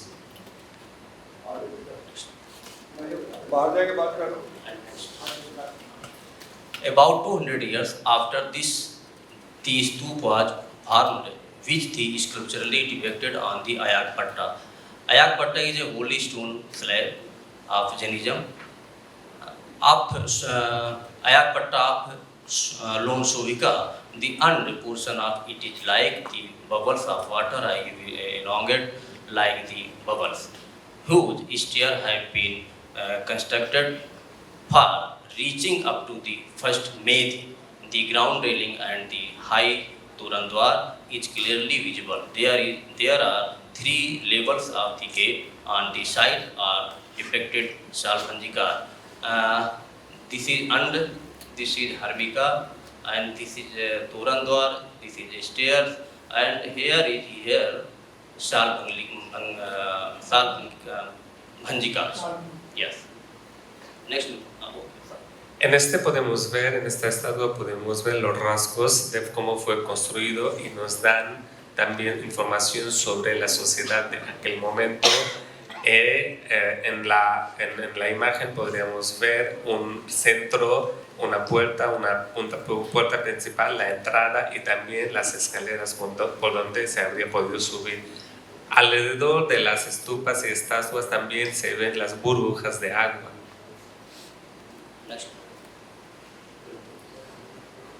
Next. The third stupa Mathura was engraved on the Ayakpatta constructed by Suyas. As the top portion of the Ayakpatta is broken, hence the full view of the stupa is unavailable. The lower portion of the Ayakpatta is important as the inscription is engraved on it. Stupa is associated with Torandwar, which is surrounded by railing from all the sides. It is comparable to the great stupa of Sanchi. The Torandwar is very well adorned. To reach it, the stairs have been made. There is a railing at the semi-hemispherical under. There is the depiction of the two Shalbhanjikas on the either side of the under. This is Ayakpatta. This is a pillar, Irani style, and Shalbhanjikas, Vedikas, inscription. And this is Torandwar, great Torandwar. Lo que podemos ver en esta estatua es mucha información sobre una de las construcciones de la sociedad de los jainistas durante el tiempo del rey Ashoka. Y también fue en ese momento donde podremos ver los pilares, las columnas, en los que fueron influenciadas en la construcción iraní, porque también se fue expandido hasta Irán. Y luego también la entrada principal y las escaleras, y en los dos lados hay dos murallas.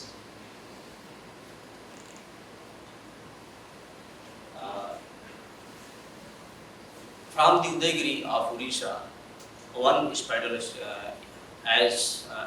structure has been obtained, which is very important from Jain structure point of view. Devla Mitra had led the excavation at the upheaval, slopey and the congested hill of Udaygiri, just over the inscription of Che the King Kharve.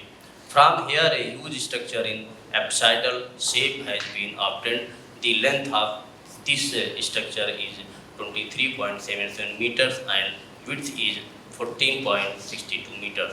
The construction of this is made up of gravelled stone slab. Maximum height layers of it have been obtained. Inside the monument over the semicircular end and curving wall was built. Only the one layer of stone slab of this has been left. Most of the interior of this monument is made of gravelled stone slab. Below it the floor is filled with gravelled mud by standing minutely. It is clear that the floor was made up by joining the stone fragments. The purpose of doing all this was probably to fill all the dumps at the top and a plain through land be obtained.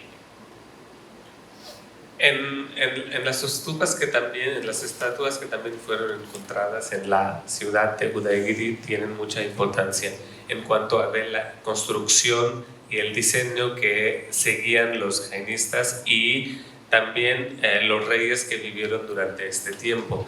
Fueron construidos con el barro, la construcción de fuera podríamos ver de los barros, y también fue construido con la ayuda de los pilares y columnas alrededor de esto.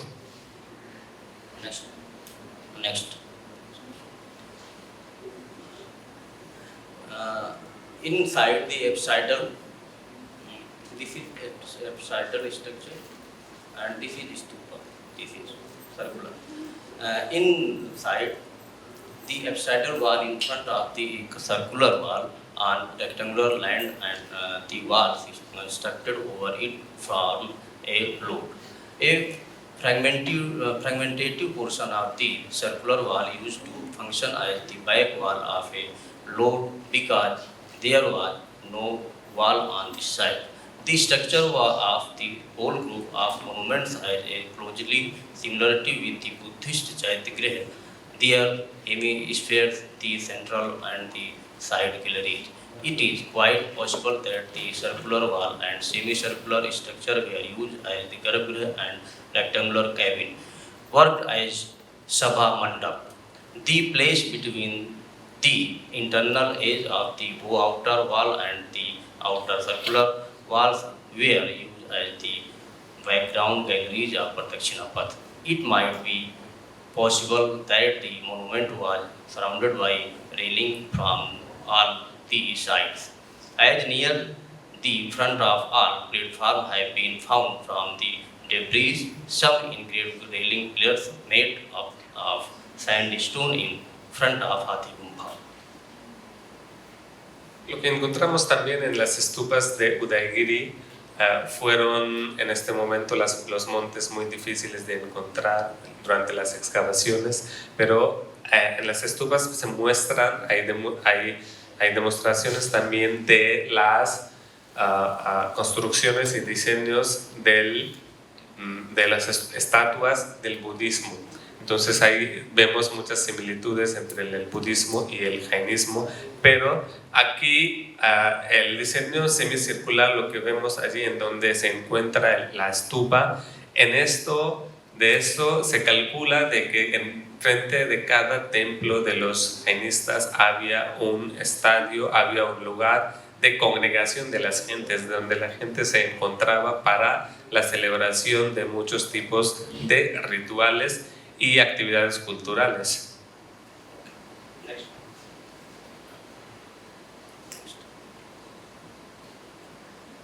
Vardhaman is a small village in the Guntur district of Andhra Pradesh. It is situated 10 kilometers southeast of Amravati. The local people know this village the name Peddaikonda, the meaning of which is small hill. Birla Archaeological and Culture Research Institute, Hyderabad had led an excavation of this site between 1981 to 85-80, as a result of which the remains of various stupa, railings, shikhar, chhatra, vihar, shelves and pillars, absidal structure, stairs, walls, etc. have come to the light. This is a mount. También fue encontrado en una ciudad de Andhra Pradesh, es una estupa que se llama en la ciudad de Guntur, una estupa que es Vadamanu, y fue encontrado en el tiempo del periodo de los Mauryas. Los Mauryas fueron imperios también influentes del tiempo del jainismo y luego también siguieron esta influencia en los tiempos que venían. Aquí, cuando encontraron sobre un pequeño monte esta estructura, luego lo pasaron, luego hubo otras investigaciones para ganar más información sobre la vida y las actividades en la religión jainista. Next one. Besides this, the remains of other supportive things like sculpture, inscription, coins and other artistic objects have also been obtained. On the basis of these objects, of the chronology of the period goes back 300 BC to 600 AD. This can be divided into four phases: Mauryan, Satavahan, Nishwab, Vishnukundin. The last period is that of the local dynasty. This is a railing.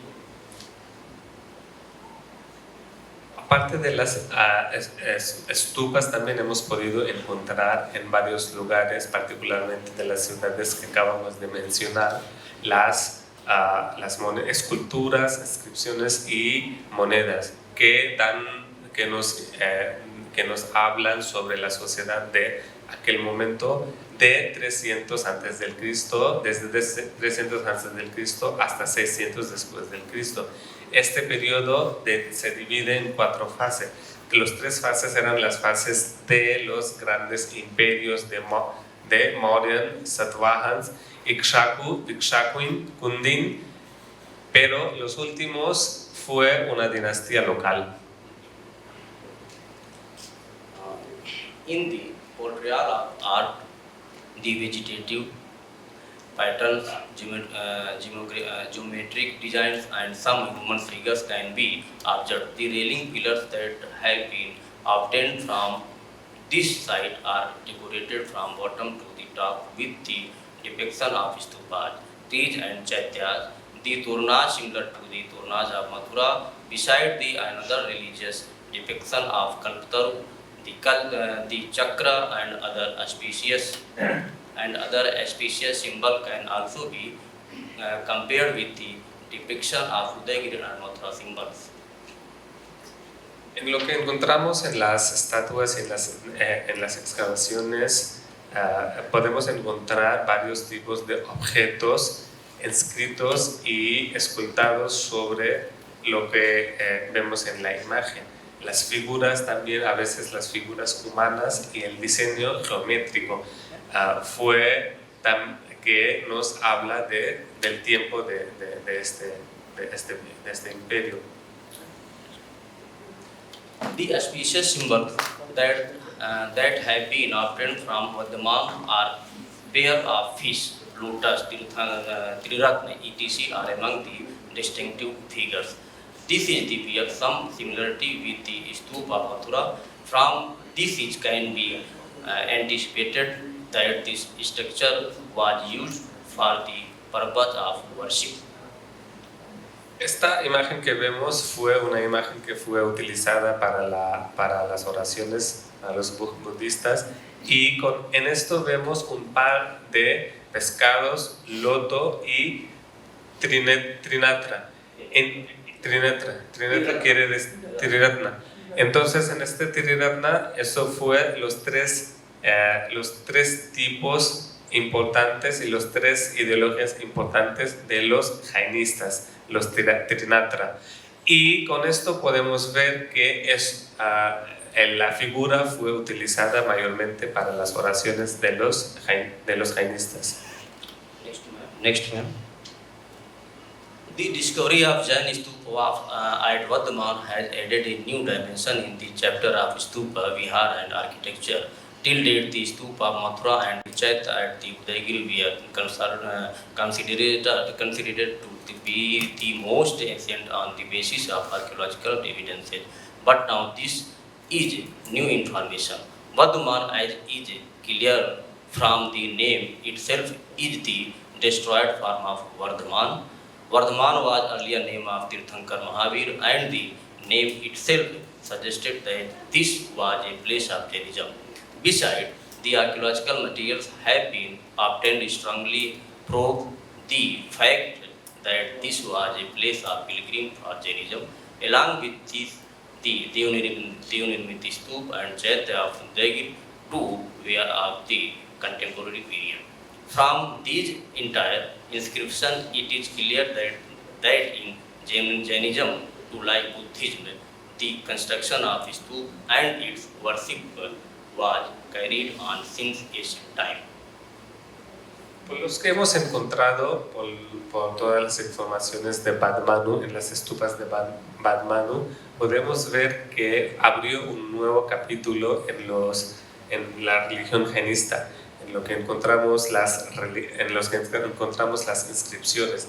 Vardhaman fue un nombre antiguo del dios Mahavira, y también a través de estas inscripciones encontramos que había un lugar de peregrinaje en este momento, y nos dan información también sobre la existencia de construcción de ídolos y también estupas y estatuas desde los tiempos anteriores y antiguos.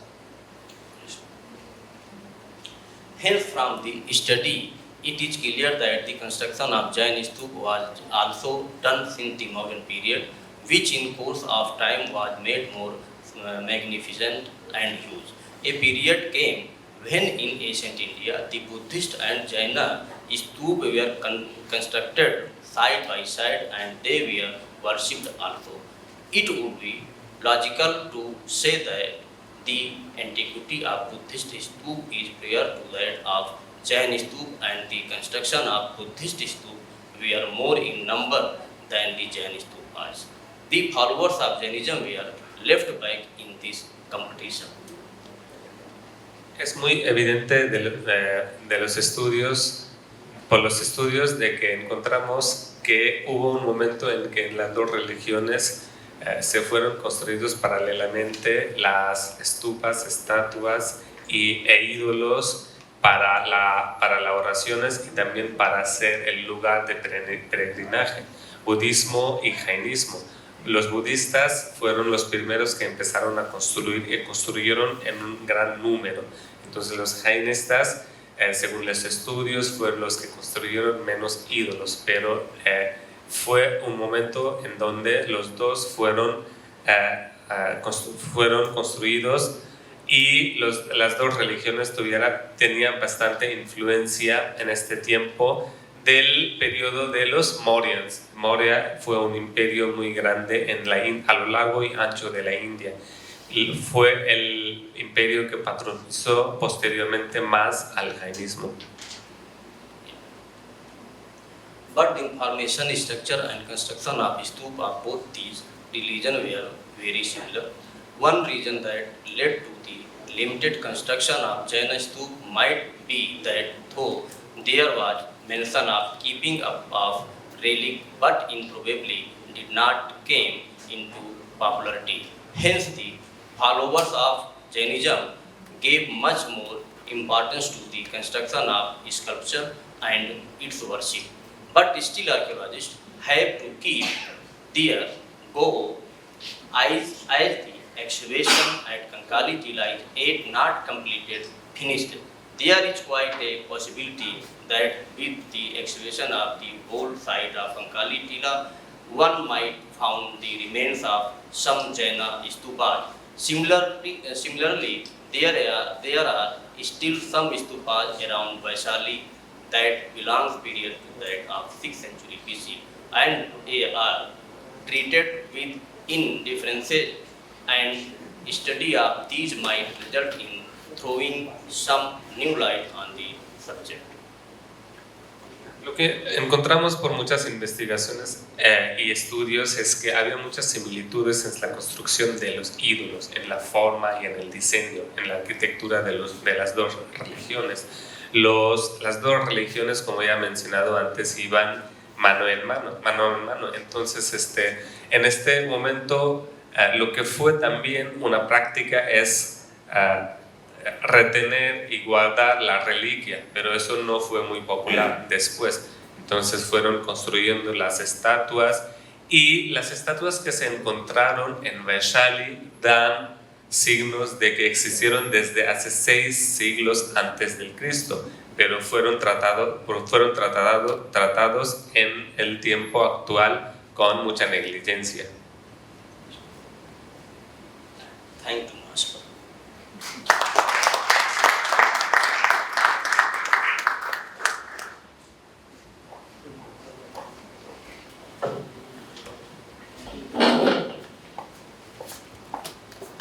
Gracias, Jess. Bien, estamos casi al final de la primera sesión. Pero antes de terminar, quisiera, si algún alumna tiene algún comentario o pregunta para el amigo Rabat acerca de la arquitectura, estupa. Sí, profesor.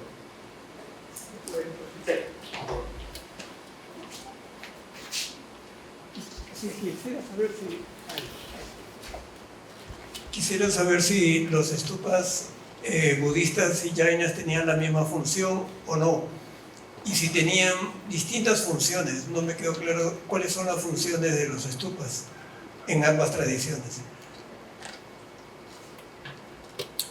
He's asking that what were the similarities and differences between the two types of stupas which were constructed in the time of the Buddhism and Jainism. What were the functions of those stupas? No differences.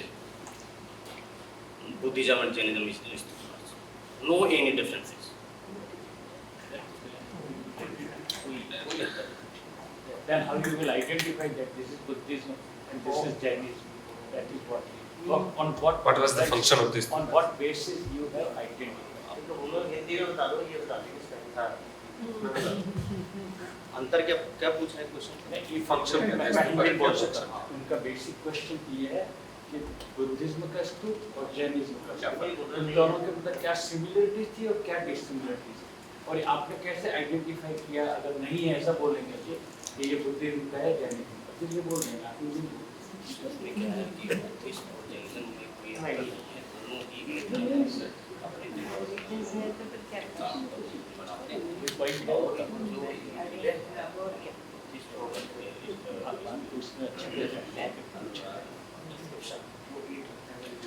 Lo que vemos aquí es que había poca diferencia entre las estupas que fueron construidas en el jainismo y en el budismo, porque todas las dos religiones tenían muchos principios ideológicos también, muchos que fueron similares, que fueron iguales, pero luego fueron haciendo diferencia después.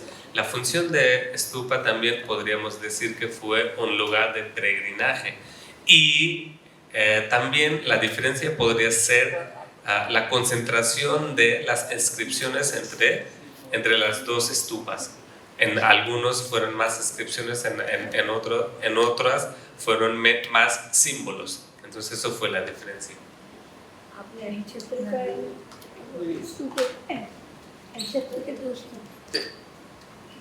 En parte de su exposición mencionó sobre las estupas hechas de barro y la construcción que tenían, y puso una imagen donde en la parte exterior se reunían para hacer rituales. Esto coincide mucho con la cultura andina en Perú, y quisiera saber si se ha encontrado algún resto o algún vestigio físico, arqueológico, que conecte directamente con las culturas americanas andinas.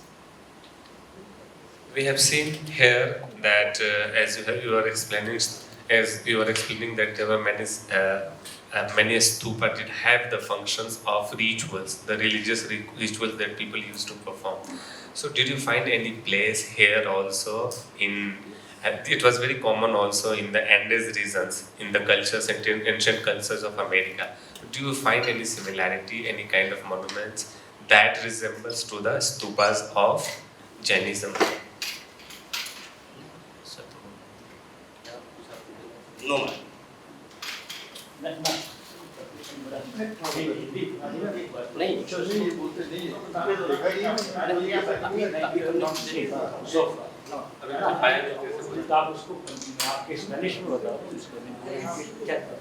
Lo que está pasando es que nosotros estamos yendo a varios lugares, a varios monumentos aquí de importancia arqueológica, y estamos tratando de ver las similitudes. En Caral, en Áspero y en Vichama vimos varios lugares que pudieran haber tenido las similitudes, pero tendríamos que ver hasta qué grado las similitudes los tenemos con las estupas.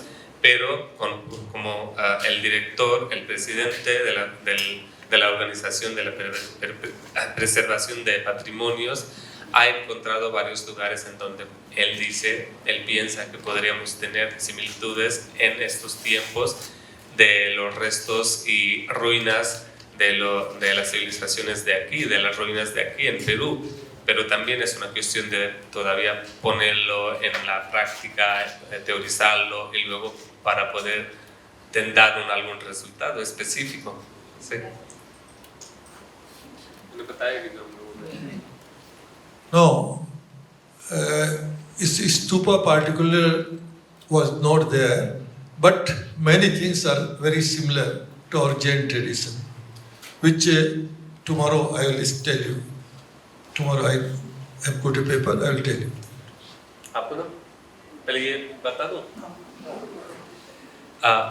Dice el director que hemos encontrado varias cosas, pero particularmente de lo que estábamos hablando de las estupas, cosas así, exactamente no se ha podido encontrar, no lo hemos visto, pero muchas otras cosas que él va a exponer mañana. Entonces veríamos cuáles similitudes tenemos de la tradición jainista o de la tradición antiguas de las religiones y culturas indias.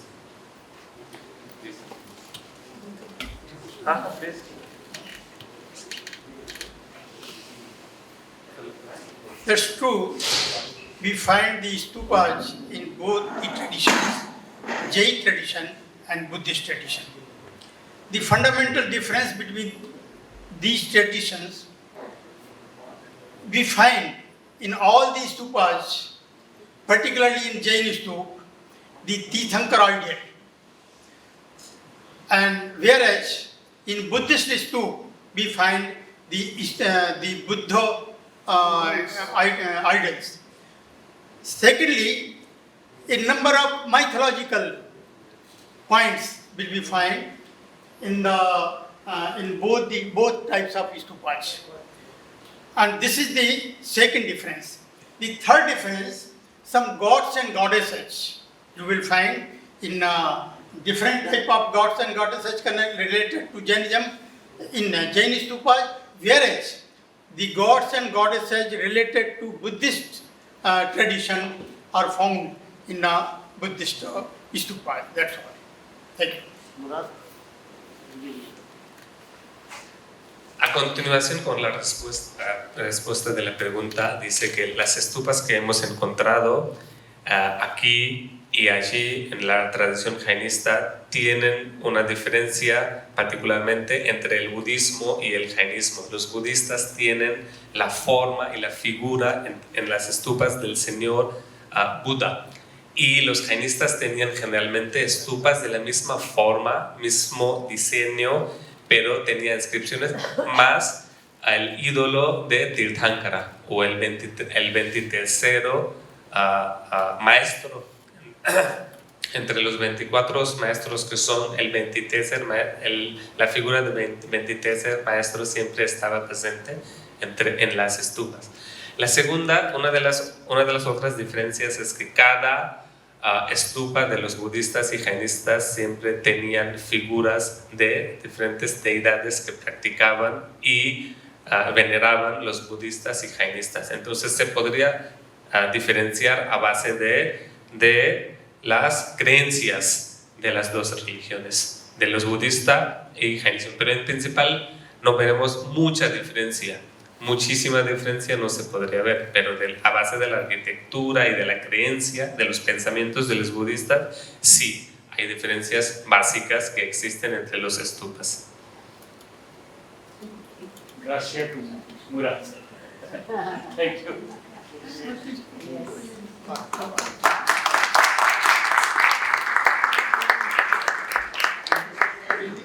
En cuanto a las estupas, he escuchado sobre las inscripciones, ¿no? Quisiera saber sobre la lengua, qué características de la lengua, si se diferencia o si es un dialecto, o en qué dirección la escritura, ¿no? Si es derecha a izquierda o de izquierda a derecha.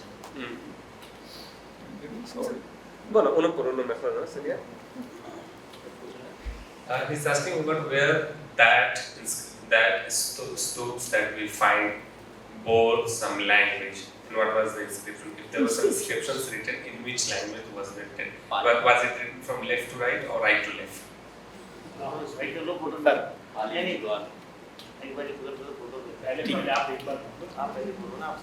So, yes. No. So far as concerned with the language point, in early stupas, we get the inscriptions in Pali. Pali is nothing but a stone of Prakrit. So we can say that the Prakrit language, the form of Prakrit language is inscribed in stupas, railings so far. Suppose the railings are there, and sometimes we find the inscriptions on railings. Likewise, in Buddhist, if you go to Sachi too, you will find a lot of decoration in the form of railings, in the form of some staircases, in the form of god and goddesses toward all the walls, four corners. So this is the question you raised. In fact, we find the Prakrit language inscribed in all the staircase, even staircases we find. In all the railings we find. So it starts with left to right, not right to left. Left to right. This is the right? In both. Jain and Buddhist institutions. Encontramos siempre en las inscripciones escritas en Pali. Pali es un idioma derivado de otro dialecto muy original de la India que es casi originario de todos otros idiomas posteriores, que se llama Prakrit. Y Prakrit se escribe de izquierda a derecha. Entonces las inscripciones que vemos sobre las arquitecturas en la forma circular van de izquierda a derecha, pero haciendo un diseño circular y semicircular. Y en las murallas también están escritas. Hay muchas inscripciones que podríamos ver escritas en Pali, y a veces antiguamente los que fueron construidos más antiguo podríamos ver también las inscripciones en Prakrit, que se escribe de izquierda a derecha.